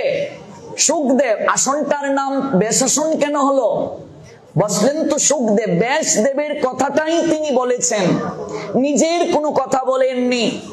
ব্যাসদেব যে কথাগুলো লিখে গিয়েছেন, যে কথাগুলো বলেছেন, এই কথাটাই তিনি পুনরাবৃত্তি করেছেন, নিজের কোনো কথা তিনি বলেন নাই। এই জন্য এই আসনটার নাম ব্যাসাসন। এই আসনের পিছনে কেউ বসতে পারবে না। ব্যাস আসনের পিছনে কেউ বসে? কেন বসে না? কারণ ব্যাস আসনের পিছনে কলির স্থান। প্রমাণ কোথায়? প্রমাণ ছাড়া কথা বলা যাবে না। মহাভারত। ভগবান যুদ্ধের পূর্বে দুর্যোধনকে ডাকলেন, অর্জুনকে ডাকলেন যে আমার কাছে আসবে, আমি চুপটা খুলে প্রথমে যাকে দর্শন করতে পারবো আমি তার ইচ্ছে পূরণ করব, সে আমার নিকট বর চাইবে। তাই গোবিন্দ সবাসনে বিশ্রাম নিচ্ছেন। মনে রাখবে, আমাদের ভাগবতে কিছু আসনের কথা বলছে। আসনের কথা, আসনের মাধ্যমে 1/3 শরীরের ব্যাধি ভালো হয়ে যায়। এটা সনাতনীদের দর্শন, এটা সনাতনী শাস্ত্রের দর্শন। এমনকি ঘুমানোটাও আসনের মাধ্যমে হওয়া উচিত। আসনের মাধ্যমে যদি কেউ শয়ন করে, গভীর নিদ্রা হয়, তার ব্যাধি হয় না। মহাদেব দুটো আসনের মাধ্যমে নিদ্রা যান। একটা হচ্ছেন বালাসন, আর একটা হচ্ছেন শবাসন। বালাসনে নিদ্রা যেতে হয়। আপনি যাবেন ডাক্তারের কাছে, বিশেষ করে ইন্ডিয়াতে যখন ডাক্তার দেখাতে যাওয়া হয়, ওরা মেডিসিন দেওয়ার থেকে আসন প্রাণায়াম গুলো, এক্সারসাইজ গুলো বেশি দেয়। দেখবেন যদি কখনো গিয়ে থাকেন, এক্সারসাইজ গুলোর মাধ্যমে, এক্সারসাইজ গুলোই ভাগবতের ভাষায় প্রাণায়াম। ভাগবতে আছে ভগবান কপিল দেব তার মাকে উদ্দেশ্য করে এগুলোর কথা বলছেন। এই প্রাণায়াম গুলো শরীরকে সুস্থ রাখার জন্য ভাগবত প্রদান করেছে। বালাসনে যদি কেউ শয়ন করে, শবাসনে যদি কেউ শয়ন করে, তার নিদ্রা সুগভীর হয়। শবাসন মানে সব মানে মৃত, মরার মতো শুয়ে পড়া। এইভাবে যদি কোনো যুবক শয়ন করে, তার ড্রিম পলিউশন হবে না, স্বপ্নদোষ হবে না, বীর্যস্খলন হবে না। এটা শবাসন। শবাসনে শয়ন করলে বীর্যস্খলন হয় না। আসনের মাধ্যমে শরীরকে সুস্থ করা যায়। ভাগবত একটা ট্রিটমেন্ট, ভাগবত একটা শরীরকে সুস্থ রাখার চিকিৎসা পদ্ধতি। আমরা মনে করি ভাগবত কেবল লীলা কথা, একটু রাধা গোবিন্দের লীলা শুনে চলে গেলাম। অনেক আলোচকরা তাই করেন, একটু লীলা বলে বলে চলে যান, কিন্তু লীলার পশ্চাতে যে তত্ত্ব আছে তত্ত্ব কেউ জানার চেষ্টা করে না। দেখবে ভাগবত পাঠে এসে সর্বপ্রথমে দশম স্কন্ধে দৌড় শুরু করে রাধা গোবিন্দের লীলা। কেন রে ভাই, এর আগে এতগুলো স্কন্ধ, এগুলো পাঠ করো না কেন? কারণ তত্ত্ব বুঝাতে গেলে জ্ঞান প্রয়োজন। One who knows the transcendental nature of my appearance and activities does not upon loving this body take his birth again in this material world by eternal abode Arjun say omnipotent maker Sri Krishna Srimad Bhagavad Gita 4th chapter 9 verse. Oh my dear Arjun, please listen attentively what I say. One who knows the transcendental nature of my appearance and activities does not upon loving this body take his birth again in this material world. Abode Arjun say Almighty Creator Krishna Srimad Bhagavad Gita 4th chapter জ্ঞানেও 9 verse চতুর্থ অধ্যায়ে 9 শ্লোকে ভগবান বললেন, যতদিন পর্যন্ত আমার লীলাকে, আমার জন্মকে, আমার কর্মকে তত্ত্বগতভাবে কেউ জানতে না পারবে ততদিন যাবৎ তার আসা যাওয়া থেকে নিষ্কৃতি হবে না। জন্ম কর্ম চমে দিব্যম এবং দিব্য, তার জন্ম কর্মটা দিব্য, জন্ম কর্ম চমে দিব্যম এবং ইয়াবৃত্তি তত্ত্বত ত্যক্তা দেহম পুনর্জন্ম নয়াতি মামিতি সর্জুন। শোনো অর্জুন, আমার এই জগৎ সংসারে জন্ম নাই, এরপরও আমি জন্মগ্রহণ করি। আমার কর্ম নাই, এরপরও আমি কর্ম সম্পাদন করি। আমি যদি কর্ম না করি জগৎ সংসারের কেউ কর্ম করবে না। নমি পার্থস্তি কর্তব্যম ত্রিষু লোকেষু কিঞ্চন ন অনবাপ্তব্যম অবাপ্তব্যম বর্তেব চ কর্মাণি। যদি অহম ন বর্তেম যত কর্মণি অতির্নিহিত মম বর্ত অনুবর্তন্তে মনুষ্য পার্থ সর্বস্ব। শ্রীমদ্ ভগবদ গীতা 3য় অধ্যায় কর্মযোগ 22-23 নং শ্লোক। The Almighty Creator Krishna said Srimad Bhagavad Gita Karma Yoga 3 chapter 22 and 23 verse. A son of Partho, there is no work prescribed for me within all the three planetary systems, nor am I in want of anything, nor have I a need to obtain anything, and yet I am engaged in prescribed duties. Also said all parts of Supreme Krishna Srimad Bhagavad Gita 3 chapter 22 verse 45 are failed to engage in carefully performing prescribed duties of part, certainly all men would follow my path. Also said omnipotent maker Krishna Srimad Bhagavad Gita 3 chapter Karma Yoga 21 verse, whatever action a great man performs common men follow, and whatever standards by exemplary act all the world pursue. What key action, key action great men perform, key performটা কি পারফর্মটা ভগবান দেখাচ্ছেন। ইয়াত ইয়াত আচরতি শ্রেষ্ঠ তত্ত্বতে বহিতর জনঃ সুয়াত প্রমাণং কুরুতে লুপ্তত অনুবর্ততে। শ্রেষ্ঠ ব্যক্তিগণে যে আচরণ করেন অপর সাধারণ জন তাকে অনুকরণ করেন। তিনি যা জগতের বুকে প্রমাণ রেখে যান অর্জুন, সবাই সেটাকে গ্রহণ করে। whatever action a great man performs common men follow, and whatever standards by exemplary acts all the world pursue, said Almighty Creator Krishna Shrimad Bhagavad Gita 21 verse কর্মযোগ। তাহলে জগতের শ্রেষ্ঠ ব্যক্তিরা যে আচরণ করে সমাজের সেই লোকেরা তাকে অনুসরণ করে জগতে কর্তব্য সম্পাদন করে। তাই জন্ম কর্মের ঊর্ধ্বে গোবিন্দ নিজে আচরণ করে জগৎকে শিক্ষা দেওয়ার জন্য জগতের বুকে তিনি আসেন, লীলা করেন। তারই আশাটা, তারই যাওয়াটা এটা তত্ত্বগতভাবে জানতে হবে। তার জন্মটা আমাদের মতো মানুষের ন্যায় নয়। আমাদের জন্ম পিতামাতার মিলনের প্রভাবে, গোবিন্দের জন্মটা দিব্যভাবে আমরা মাতৃ জঠরে এসে প্রসবের মাধ্যমে পৃথিবীর আলো দেখি, কিন্তু গোবিন্দ তিনি এইভাবে আসেন না। তিনি কংসের কারাগারে আবির্ভূত হয়েছিলেন। এজন্য তার সকল কিছু তত্ত্বগতভাবে জানো। আজকাল ভাগবত পাঠ মানে আমরা লীলা, দুফুটা জল ফেলে চলে গেলাম রাধা কৃষ্ণের লীলা শুনে শুনে, কিন্তু এটা দ্বারা আমার জীবনকে কি পরিবর্তন করলাম, আমি কি জানলাম, কি বুঝলাম, কি উপলব্ধি করলাম। এজন্যই বলছি গুরু শুধু হবে না, শুধু গুরু হলেও তার কাছ থেকে দীক্ষা নেওয়া যাবে না, তাকে তত্ত্বদ্রষ্টা গুরু হতে হবে। তত্ত্ব যিনি জানেন না তিনি গুরু নন, তিনি আমাকে অজ্ঞান জনিত অন্ধকার থেকে আলোর পথে নিতে সমর্থ নন। এটা গীতায় বলছেন, তদ্বিদ্ধি প্রণিপাতেন পরিপ্রশ্নেন সেবয়া উপদেক্ষন্তি তে জ্ঞানম জ্ঞানীন তত্ত্বদর্শিনঃ। এখানে দেখুন তত্ত্বদ্রষ্টার কথা বলা হয়েছে। তিনি শূদ্র হতে পারেন, তিনি ব্রাহ্মণ কুলে জন্ম নিতেও পারেন, আবার নাও নিতে পারেন, তিনি গৃহীও হতে পারেন, আবার সন্ন্যাসীও হতে পারেন, কিবা শূদ্র কিবা বিপ্র, তাতেও কোনো সমস্যা নাই, কিবা ন্যাসী মানে সন্ন্যাসী, তাতেও সমস্যা নাই। এক বাক্যে চৈতন্য চরিতামৃত জানালেন, যেই কৃষ্ণ তত্ত্ববেত্তা সেই গুরু হয়। যিনি কৃষ্ণ তত্ত্ববেত্তা, কৃষ্ণকে সম্যক রূপে জানতে পারলেন, কৃষ্ণকে সম্যক রূপে উপলব্ধি করতে পারলেন, তত্ত্ব সম্পর্কে নিজে অবগত হয়ে আচরণ করলেন, অপরকে আচরিত করার শক্তি রাখেন, তিনি কেবল জগতে গুরু রূপে গণ্য, গুরু হওয়ার যোগ্যতা রাখেন। নতুবা তিনি নিজে যেমন ডুববেন এত ভার বহন করে, আর তাদেরকেও আছাড় খাইয়ে কোমর ভাঙ্গাবেন। এই জন্য সাবধান হয়ে তত্ত্বদ্রষ্টা ব্যতীত কারো চরণাশ্রয় হওয়া যাবে না।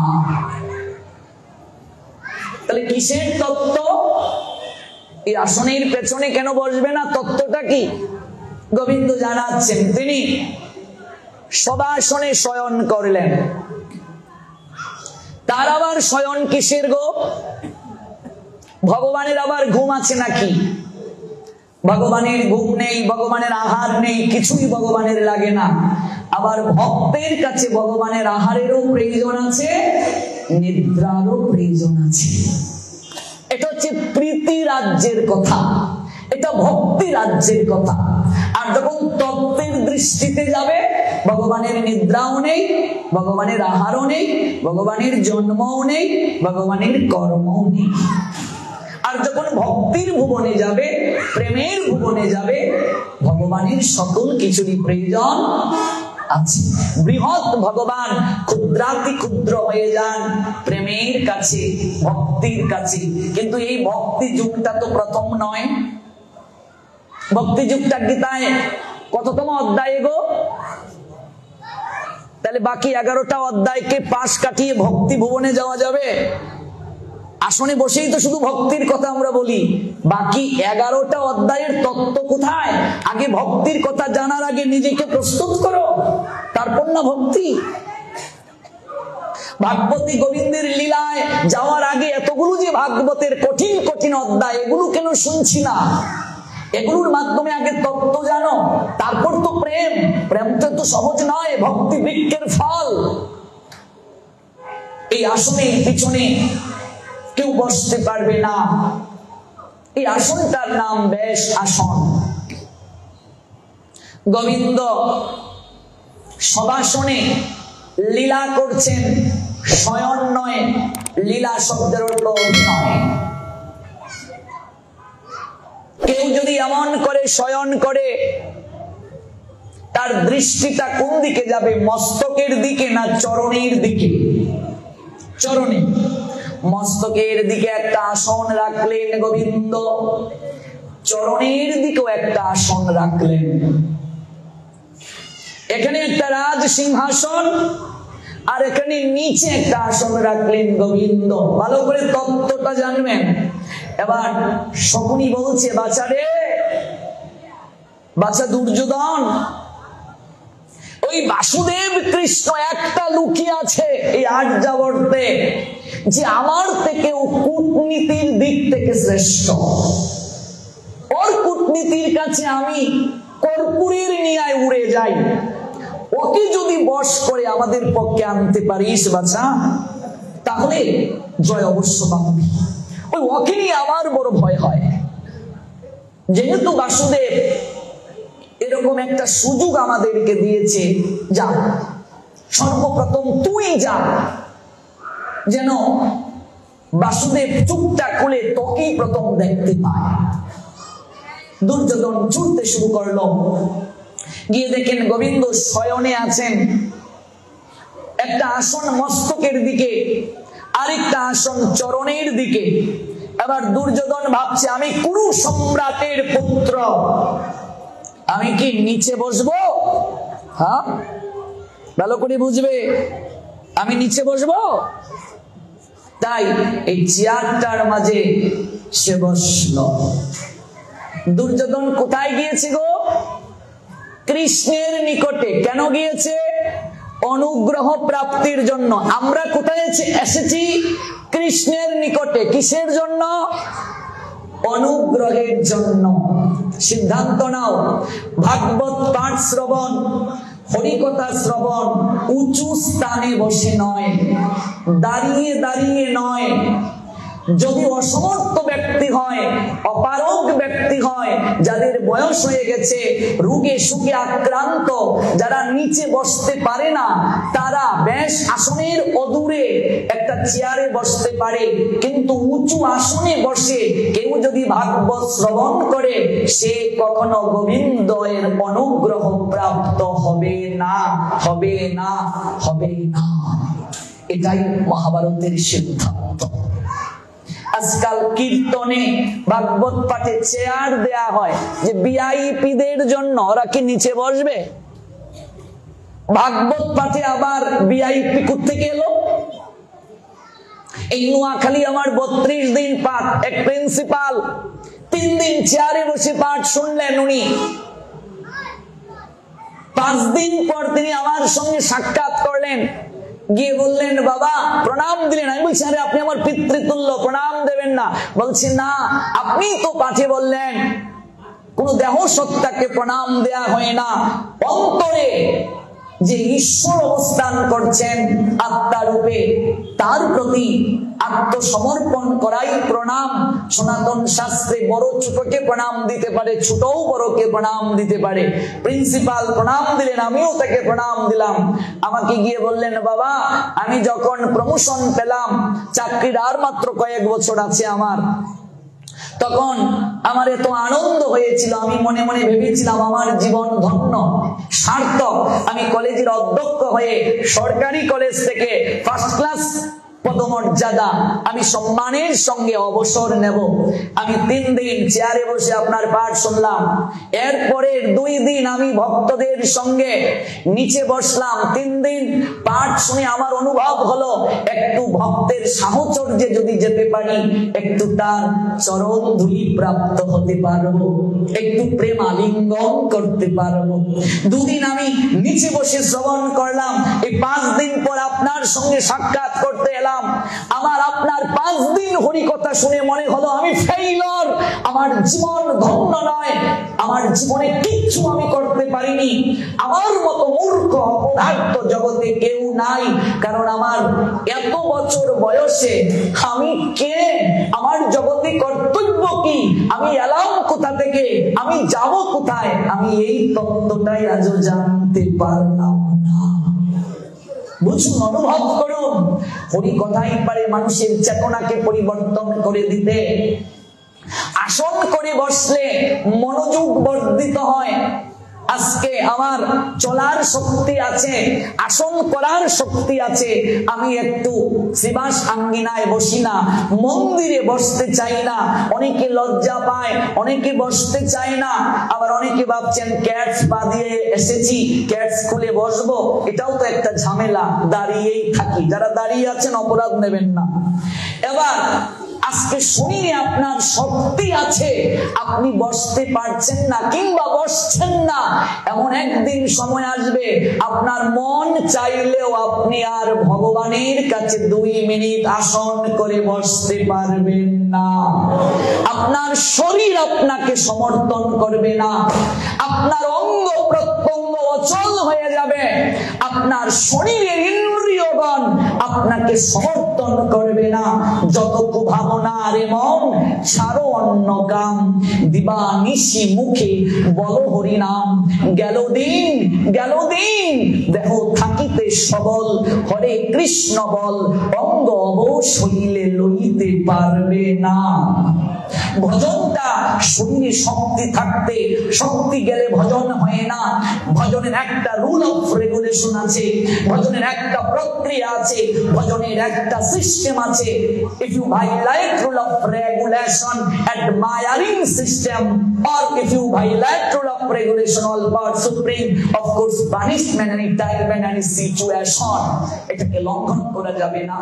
অর্জুন এলেন, অর্জুন এসে বলছেন মনে মনে, আহা আমার কি সৌভাগ্য, আমি কতকাল পরে আমার মাধবের চরণ প্রান্তে বসার সুযোগ পেলাম। দুজনেই এসেছে গোবিন্দের কাছে, কিন্তু দুজনের মনোভাবটা কেমন মা? দুই রকম। একজন এসে বলছেন আমি কুরু সম্রাটের পুত্র, আমি নিচে বসবো, অহংকার ভাব, আমি জ্ঞানী, আমি নিচে বসবো।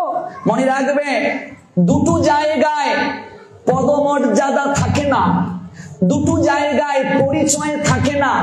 এক জায়গা মন্দির, এখানে আপনার আমার আলাদা কোনো পরিচয় নেই, এখানে আমার আপনার একটাই পরিচয়, আমরা ভগবানের দাসানুদাস, আমরা ভগবানের সেবক। আরেকটা জায়গা শ্মশান, এখানে আপনার আমার পরিচয় নাই, আপনার আমার পদমর্যাদা নাই। এই আমাদের সুরঞ্জিত সেনগুপ্ত যখন মারা গেলেন, তিনি যখন হেলিকপ্টারে আসলেন, দেহটা যখন আনা হলো, আমাদের অঞ্চলের মানুষ তখন বলে নাই মন্ত্রী এসেছে, এই কথা বলে নাই। এর আগে যখন এলাকায় তিনি আসতেন, মানুষ বলতো মন্ত্রী এসেছেন, আর সেদিন বলেছিল লাশ এসেছে, লাশ, মন্ত্রী বলে নাই।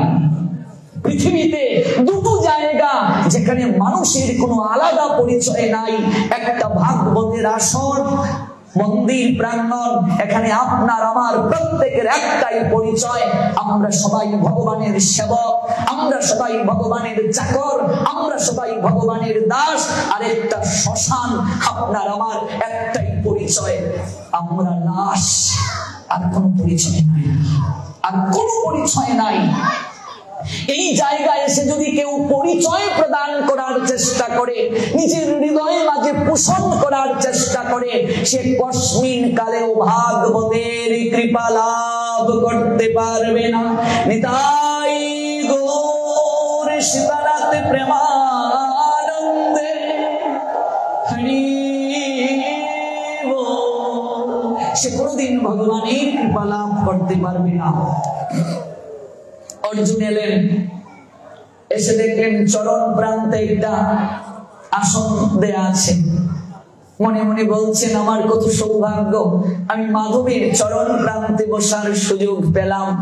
চরণ প্রান্তে বসে করজোড়ে অপেক্ষা করছে অর্জুন, কখন কখন গোবিন্দ চুপটা উন্মিলন করবেন, দর্শন হবে। গোবিন্দ অন্তর্যামী, তিনি তো সকল কিছুই জানেন। তিনি যখন চুপটা খুললেন, সরাসরি দৃষ্টি কোন দিকে যাবে? মস্তকের দিকে না চরণের দিকে? ও মা, কোন দিকে? মনে রাখবে দেহের সব জায়গায় মায়া আছে, মায়া, কেবল মায়া নাই চরণে, চরণে আছে কেবল কৃপা। কি তত্ত্ব বাবা, কি যে তত্ত্ব এগুলো, তত্ত্ব না জানলে হয় না। দেহের সব জায়গায় মায়া আছে, মায়া নাই কেবল চরণে। এটা কে বলেছেন জানেন? বন্ধু সুন্দর, জগৎ বন্ধু। দেহের সব জায়গায় মায়া আছে, মায়া নাই কেবল চরণে, চরণে কেবল মায়া নেই, চরণে কেবল আছে কৃপা, চরণে কেবল কৃপা আছে।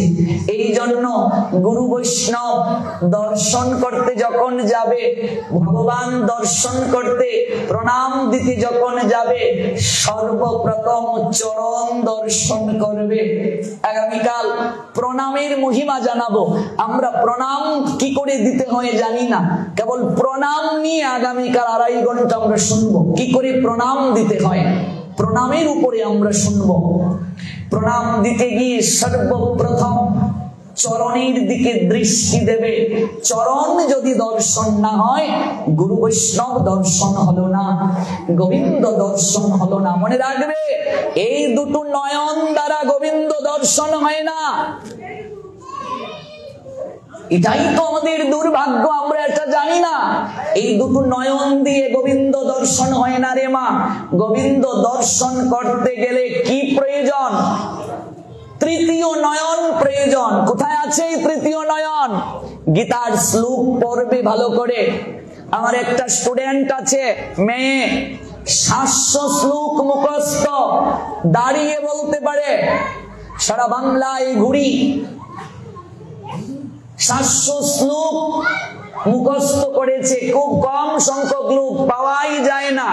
অথচ সপ্তাহে নয় 15 দিনে একটা শ্লোক শিখলেও তো 700 শ্লোক জানা কোনো ব্যাপার না। আমি বলছি না যে গীতা মুখস্থ করলে আপনি ভগবানকে পাবেন, আমি তা বলিনি। কিন্তু আপনি যদি জানেন, আপনি কোনো একটা কার্য করতে গেলে ভেতর থেকে আপনি সবসময় সচেতন থাকবেন। আপনাকে বাধা দেবে যে ওই কার্যটা করা আমার ঠিক হচ্ছে না। আপনি যদি জানেনই না, তাহলে কি করে আপনি কার্যক্ষেত্রে গিয়ে সচেতন হবেন? গীতায় দেখবেন, যখন আপনি ধ্যান করতে বসবেন, তখন আপনার চোখ বন্ধ থাকে না খোলা থাকে? ডাক্তার মহানামব্রত ব্রহ্মচারী, উনি গিয়েছিলেন আমেরিকায় ভাষণ দিতে। সেখানে পাশ্চাত্যের একজন ভক্ত মহানামব্রত ব্রহ্মচারীকে জিজ্ঞেস করেছিলেন, আপনাদের 10 অবতারের মাঝে একজন, যার নাম বুদ্ধদেব, তিনি চোখ বন্ধ করে আছেন কেন?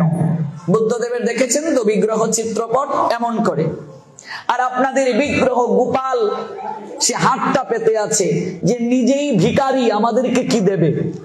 প্রশ্নটা বুঝেছেন তো? যে নিজেই ভিখারি, আমাকে কি দেবে?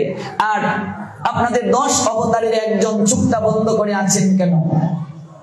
মহানামব্রত ব্রহ্মচারী উত্তর দিলেন, এই দুটো চোখ দ্বারা ভগবানের সৃষ্টিকে দর্শন করা যায়, কিন্তু এই দুটো চোখ দিয়ে স্রষ্টা দর্শন হয় না।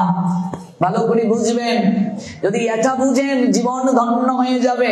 তাহলে হরিনাম যখন করবেন, আন্নিক করতে যখন বসবেন, চেতনাটাই অন্যরকম হবে। এই দুটো চোখ দিয়ে ভগবানের সৃষ্টি দর্শন হয়, স্রষ্টা এই চোখ দিয়ে দর্শন হয় না। যদি এই চোখ দিয়ে স্রষ্টা দর্শন হতো, তাহলে মহাভারতে মৃত্যুর আগে বিশ্ব থেকে শুরু করে, দ্রোণাচার্য থেকে শুরু করে, কর্ণ থেকে শুরু করে সকল বীরকে ভগবান দিব্য দৃষ্টি দিতেন না। তাহলে তো এই চোখ দিয়েই দেখতে পারত, দিব্য দৃষ্টি দিতেন না। এই দিব্য দৃষ্টিটাই হলো তৃতীয় চোখ। এই তৃতীয় চোখ কোথায় থাকে? এই চোখের আরেকটা নাম হচ্ছে জ্ঞান চোখ, জ্ঞান চক্ষু। প্রত্যেক দিন আমরা প্রার্থনা করি গুরুদেবের চরণে, কিন্তু আমরা অর্থ জানি না। ও জ্ঞান তিমিরান্ধস্য জ্ঞানঞ্জন শলাকয়া চক্ষুরুন্মীলিতং জ্ঞান তস্मै শ্রী গুরবে নমঃ। দেখুন কি চমৎকার চমৎকার শিক্ষা। হে গুরুদেব, আমি অজ্ঞানজনিত অন্ধকারে আছি, আপনি জ্ঞানঞ্জন শলাকা দিয়ে আমার চোখকে উন্মিলিত করে দেন। এই যে জ্ঞান চক্ষু, এটা থাকে কোথায়? এই দুটো নয়নের মাঝখানে, ব্রুজগুলের মাঝখানে, এখানে জ্ঞান চক্ষু থাকে। আপনি যখন ধ্যান করবেন, এই দুই ব্রুজগুলের মাঝখানে আপনার আরাধ্য ভগবানকে এনে স্থাপন করতে হবে। এটাই হচ্ছে শাস্ত্রের সিদ্ধান্ত। এই যে আমরা আরতি করি প্রতিদিন পঞ্চপ্রদীপ দিয়ে, সলতে কয়টা গো মা? 5টা কেন? 5টা কেন সলতে? 6টাও তো হতে পারতো, 4টাও তো হতে পারতো, 7টাও তো হতে পারতো। সলতা 5টা কেন? হ্যাঁ, 5টা সলতা কেন? আরতি করার পর যখন প্রদীপ নিয়ে আসা হয়, সর্বপ্রথম কোথায় স্পর্শ করতে হয়? না, সেটা তো আরতি নিবেদনের সময়। যখন ভক্তদেরকে দেখানো হয় ভগবানকে আরতি করিয়ে, তখন সেই যে প্রদীপের অগ্নিটাকে আপনি হাত দিয়ে স্পর্শ করছেন, তারপর কোথায় দিতে হয়? মস্তকে, চক্ষুতে। হ্যাঁ, সর্বপ্রথম চোখের মাঝে দিতে হয়। ওম জ্ঞান তিমিরান্ধস্য জ্ঞানঞ্জন শলাকয়া। পঞ্চপ্রদীপ মানে 5টা জ্ঞান ইন্দ্রিয়ের প্রতীক। পঞ্চ প্রদীপে ধরি কর্পূর বাতি, ললিতা সুন্দরী করে যুগল আরতি। মনে রাখবে, যুগল ভজন সখী আনুগত্য ব্যতীত হয় না। এখানে সখী মানে কিছু দেখবে ক্লিব নামক, ভক্ত নামক ক্লিব, শাড়ি পরে ঢং করে ধাং করে বলে আমরা গুপি। এগুলো আমাদের বৈষ্ণব মতটাকে, ধর্মটাকে হিজড়ার মতো বানিয়ে ফেলছে। গুপি বহিরঙ্গে সাজা নয়, বহিরঙ্গে গুপি সাজা নয়, মঞ্জুরি ভাবটা বহিরঙ্গে নয়, বহিরঙ্গে গুপি ভাব না, বহিরঙ্গে মঞ্জুরি ভাব না, এটা অনেক ঊর্ধ্বের কথা। গুপি অনেক প্রেমময় সত্তা, সে না পুরুষ, সে না স্ত্রী, সে না ক্লীব, সে পুংলিঙ্গও নয়, স্ত্রীলিঙ্গও নয়, উভয় লিঙ্গও নয়। গুপি এমন একটা সত্তা যার সমগ্র চেতনাটা প্রেম দ্বারা তৈরি, সমর্পণ দ্বারা তৈরি, উৎসর্গ দ্বারা তৈরি। আজকে বহিরঙ্গে ভাব দেখবেন, এগুলো হচ্ছে ভণ্ডামি, আর এগুলো করে বৈষ্ণবতাটাকে কলঙ্কিত করা হচ্ছে মানুষের কাছে।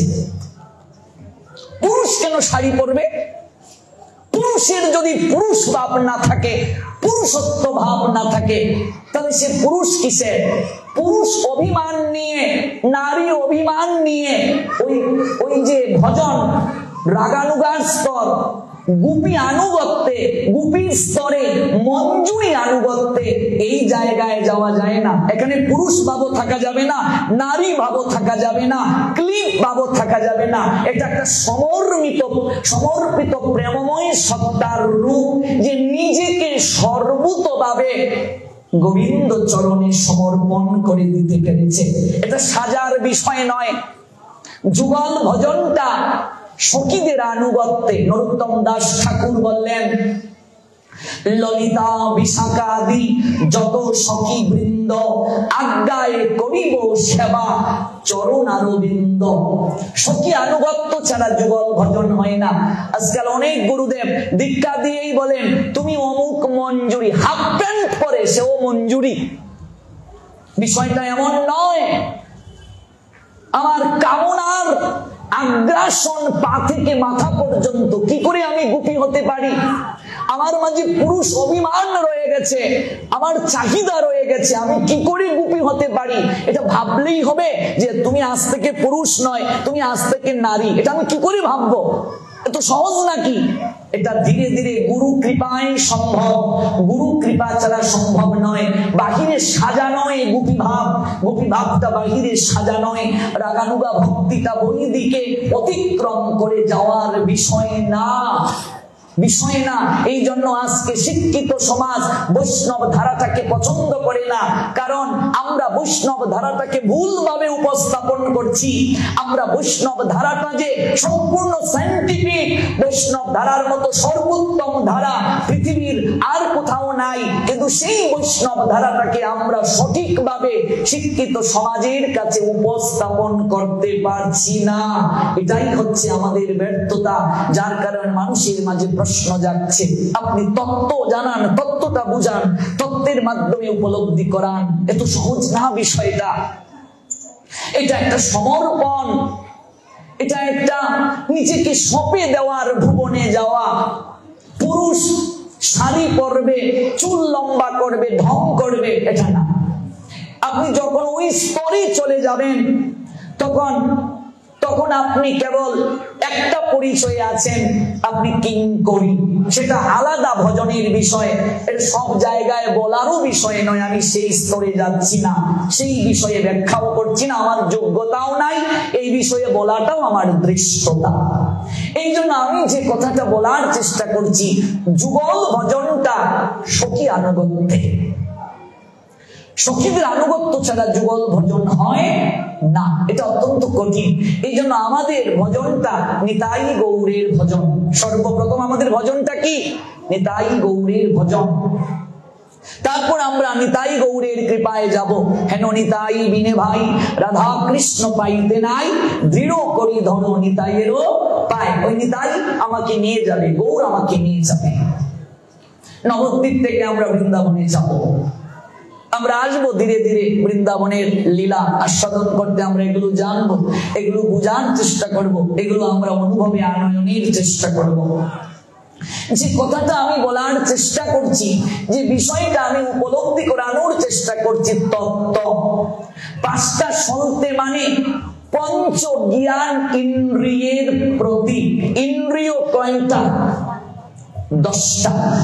5টা কর্মেন্দ্রিয়, 5টা জ্ঞানেন্দ্রিয়, চক্ষু, কর্ণ, জিহ্বা, নাসিকা, ত্বক, হাত, পা, মুখ, পায়, উপস্থ, এই হচ্ছে 10টা ইন্দ্রিয়। 10টার মাঝে 5টা কর্মেন্দ্রিয়, 5টা হচ্ছে জ্ঞান ইন্দ্রিয়। এই পঞ্চপ্রদীপ 5টা সৌতে 5টা জ্ঞান ইন্দ্রিয়ের প্রতি আমরা প্রতিদিন সেজুতি জ্বালাই, সন্ধ্যার প্রদীপ জ্বালাই, 3 বেলা সায়ন্নকালে, প্রাতকালে, মধ্যাহ্নকালে আরতি করি। আমরা কার্তিকে প্রদীপ জ্বালিয়েছি, প্রতিদিন আমরা প্রদীপ জ্বালাই। এই প্রদীপ জ্বালানোর উদ্দেশ্যটা কি ভালো করে বুঝুন।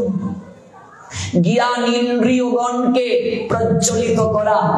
জ্ঞানেন্দ্রিয় প্রজ্বলিত না হলে কোনদিন আপনি জ্ঞান চক্ষু উন্মিলিত না হলে কোনদিন আপনি ঈশ্বর দর্শন করতে পারবেন না, কস্মিন কালেও সম্ভব নয়।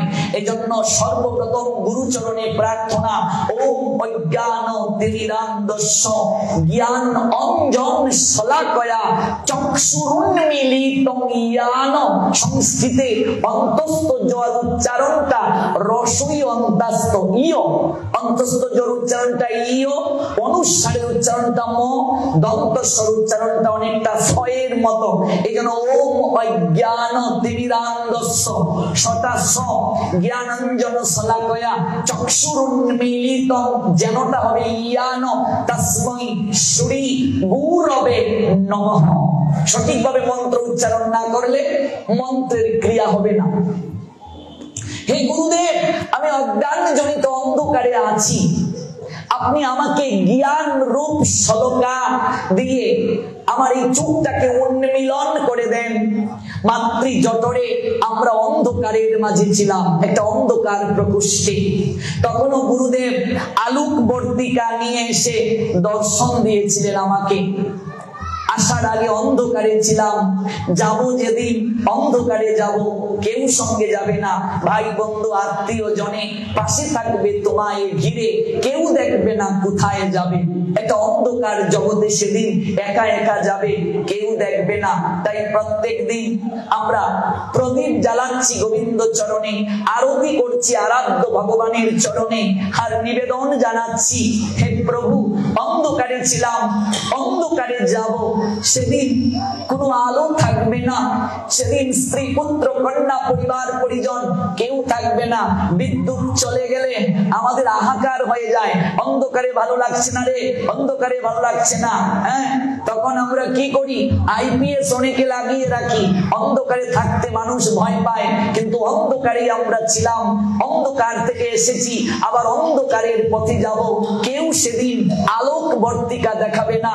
তাই প্রতিদিন আরতি করে গোবিন্দের কাছে প্রার্থনা করুন, যেদিন সবাইকে রেখে অন্ধকার প্রকোষ্ঠে একা একা যাত্রা করব, হে গোবিন্দ সেদিন তুমি আলোর মশালটা হাতে নিয়ে তুমি এসে দাঁড়িয়েও ভবের ঘাটে, ভব নদীর ঘাটে এসে তুমি দাঁড়িয়েও তোমার চরণ তলিতে তুলে নেওয়ার জন্য আলোর মশালটা জ্বালিয়ে তুমি সেদিন আসিও। গুরুচরণে সর্বপ্রথম নিবেদন, আমি তো দর্শন সেদিন করতে পারবো না, এই চর্ম চক্ষু দ্বারা তো ওই আরাধ্য গোবিন্দ দর্শন হবে না। হে গুরুদেব, আপনি জ্ঞানাঞ্জন শলাকা দিয়ে আমার তৃতীয় নয়ন জ্ঞান লোচনটাকে জাগ্রত করে দিন। আমি সেদিন যেন আমার হৃদয়ে গোবিন্দকে আমি সজল নয়নে দর্শন করে তার চরণ তলিতে আরোহণ করে ভব নদী পার হতে পারি।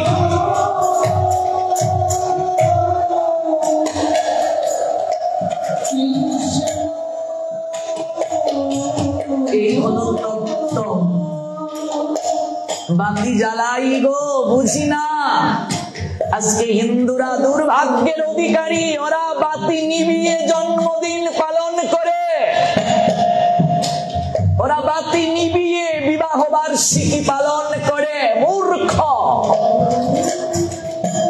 সনাতনী হিন্দুদের সংস্কৃতি বাতি নিবানো নয়, বাতি জ্বালিয়ে দেয়া। উপনিষদ বলছে অন্ধকার থেকে আলোর পথের সন্ধান দাও, অসত্য থেকে সত্যের পথে নিয়ে যাও, মৃত্যু থেকে অমৃতের পথে নিয়ে যাও। তোমার সন্তানের 5তম জন্মদিন 5টা মোমবাতি জ্বালাও, ফু দিয়ে নিবাও, আর হ্যাপি বার্থডে টু ইউ বলো। কোথায় পেলে? কোন শাস্ত্রে লেখা আছে এগুলো? সনাতনী হিন্দুরা যততম জন্মদিন ততটা ঘিয়ের বাতি জ্বালিয়ে দেবে, ঘৃত প্রদীপ জ্বালাবে, আর প্রার্থনা করবে আমার সন্তানের জীবন যেন প্রদীপের আলোর মতো আলোকিত হয়। আর বাতি যদি নিবাও, তোমার সন্তানের জীবনটাকে তুমি অন্ধকারের দিকে ঠেলে দিচ্ছ, তোমার সন্তানের আয়ু ক্ষয় হচ্ছে। বাতি নিবা মানে কুলক্ষণ, অলক্ষণ। বিবাহের সময়ে দেখবে বাতি রাখা হয় 2 পক্ষের, দেখেছো? মুখচন্দ্রিকার বাতি, বাতি নিভে গেলে অমঙ্গল ধরা হয়। বাতি নিবানো সংস্কৃতি নয়, সনাতনীদের সংস্কৃতি বাতি জ্বালানো। প্রদীপ জ্বালাও আর প্রার্থনা করো। অন্ধকারে যেদিন একাকী যাব, সেদিন তুমি তোমার কৃপারূপ প্রদীপ প্রজ্বলন করে আমায় পথের সন্ধান দিও গোবিন্দ। এই অন্ধকার থেকে তুমি আমায় আলোর পথে নিয়ে যেও, আলোর জগতে নিয়ে যেও। কৃপা প্রদীপ প্রজ্বলন করে যেদিন সবাইকে ছেড়ে অন্ধকার প্রকোষ্ঠের দিকে একা একা অগ্রসর হব, হে প্রাণ গোবিন্দ, সেদিন তুমি পরম বান্ধব হয়ে আসিও।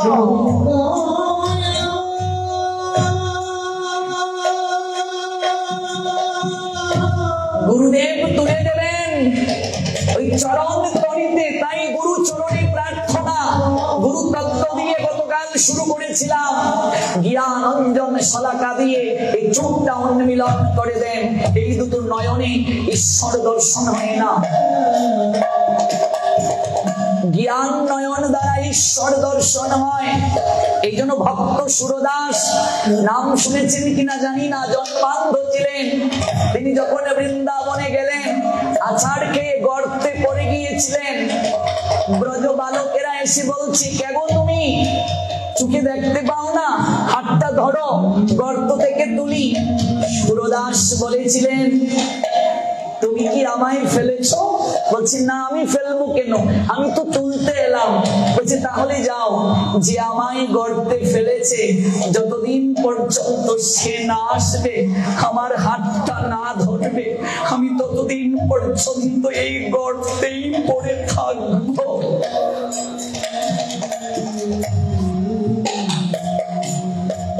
নয়নের জল ঝরছিল সুরদাসের। শ্যাম সুন্দর গোবিন্দ বৃন্দাবনেশ্বর আর স্থির থাকতে পারেননি। সুরদাসের সম্মুখে এসে তার হাতটা ধরলেন। সুরদাস, কে তুমি? তোমার এই স্পর্শ আমার শরীরটাকে এমন করে দিচ্ছে কেন? বিদ্যুৎ তাড়িত হলে যেমন হয় তেমন করে সুরদাসের শরীরটা ঝাঁকুনি দিল, অষ্টসাত্ত্বিক বিকার দেখা দিল। কে তুমি? বলো না।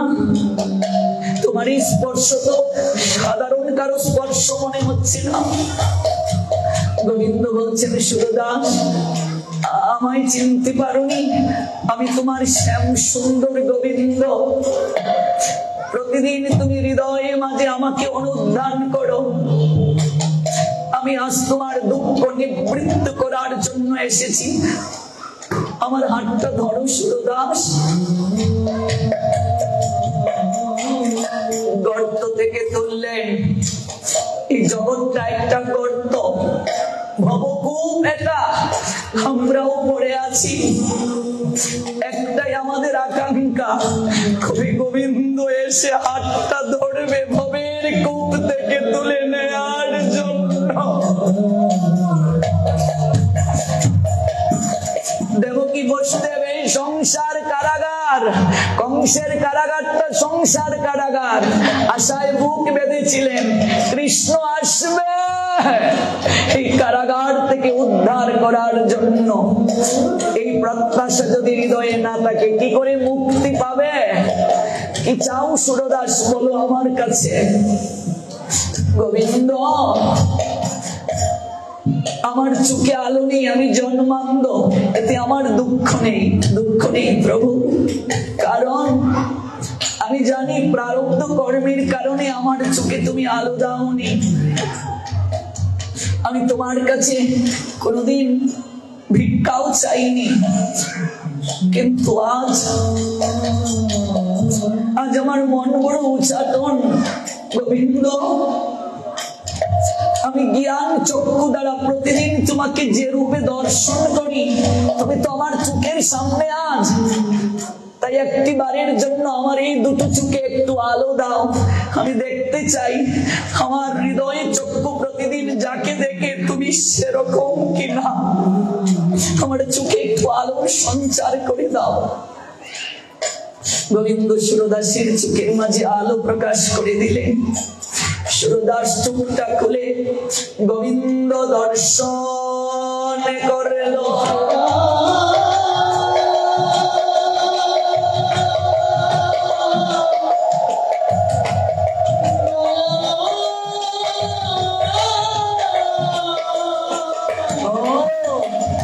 তোমাকে তো আমি সততই দেখি, তোমাকে তো এই রূপে আমি প্রতিদিন দেখি। হে গোবিন্দ, তুমি আমার চোখ দুটো আবার অন্ধ করে দাও।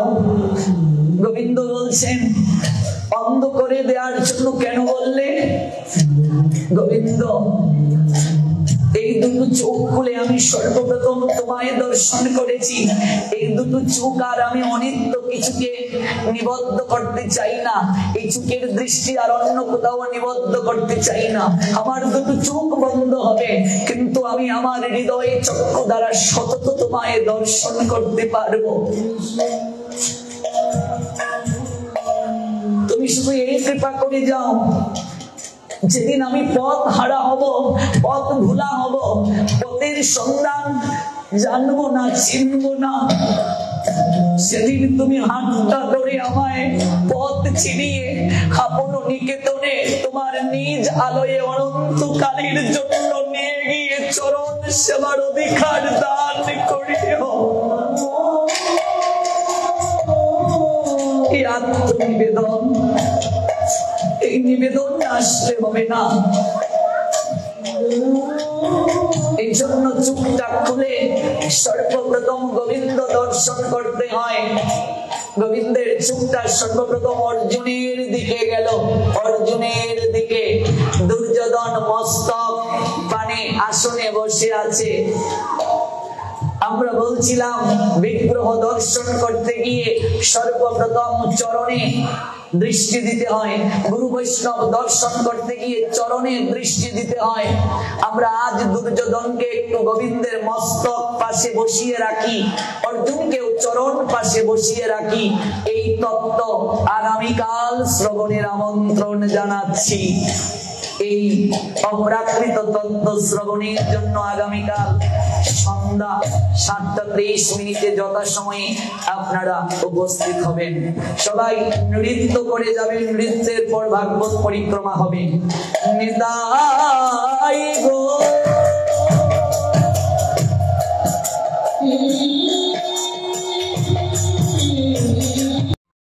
ভিডিওটি আপনার ভালো লাগলে লাইক, কমেন্ট এবং সাবস্ক্রাইব করুন।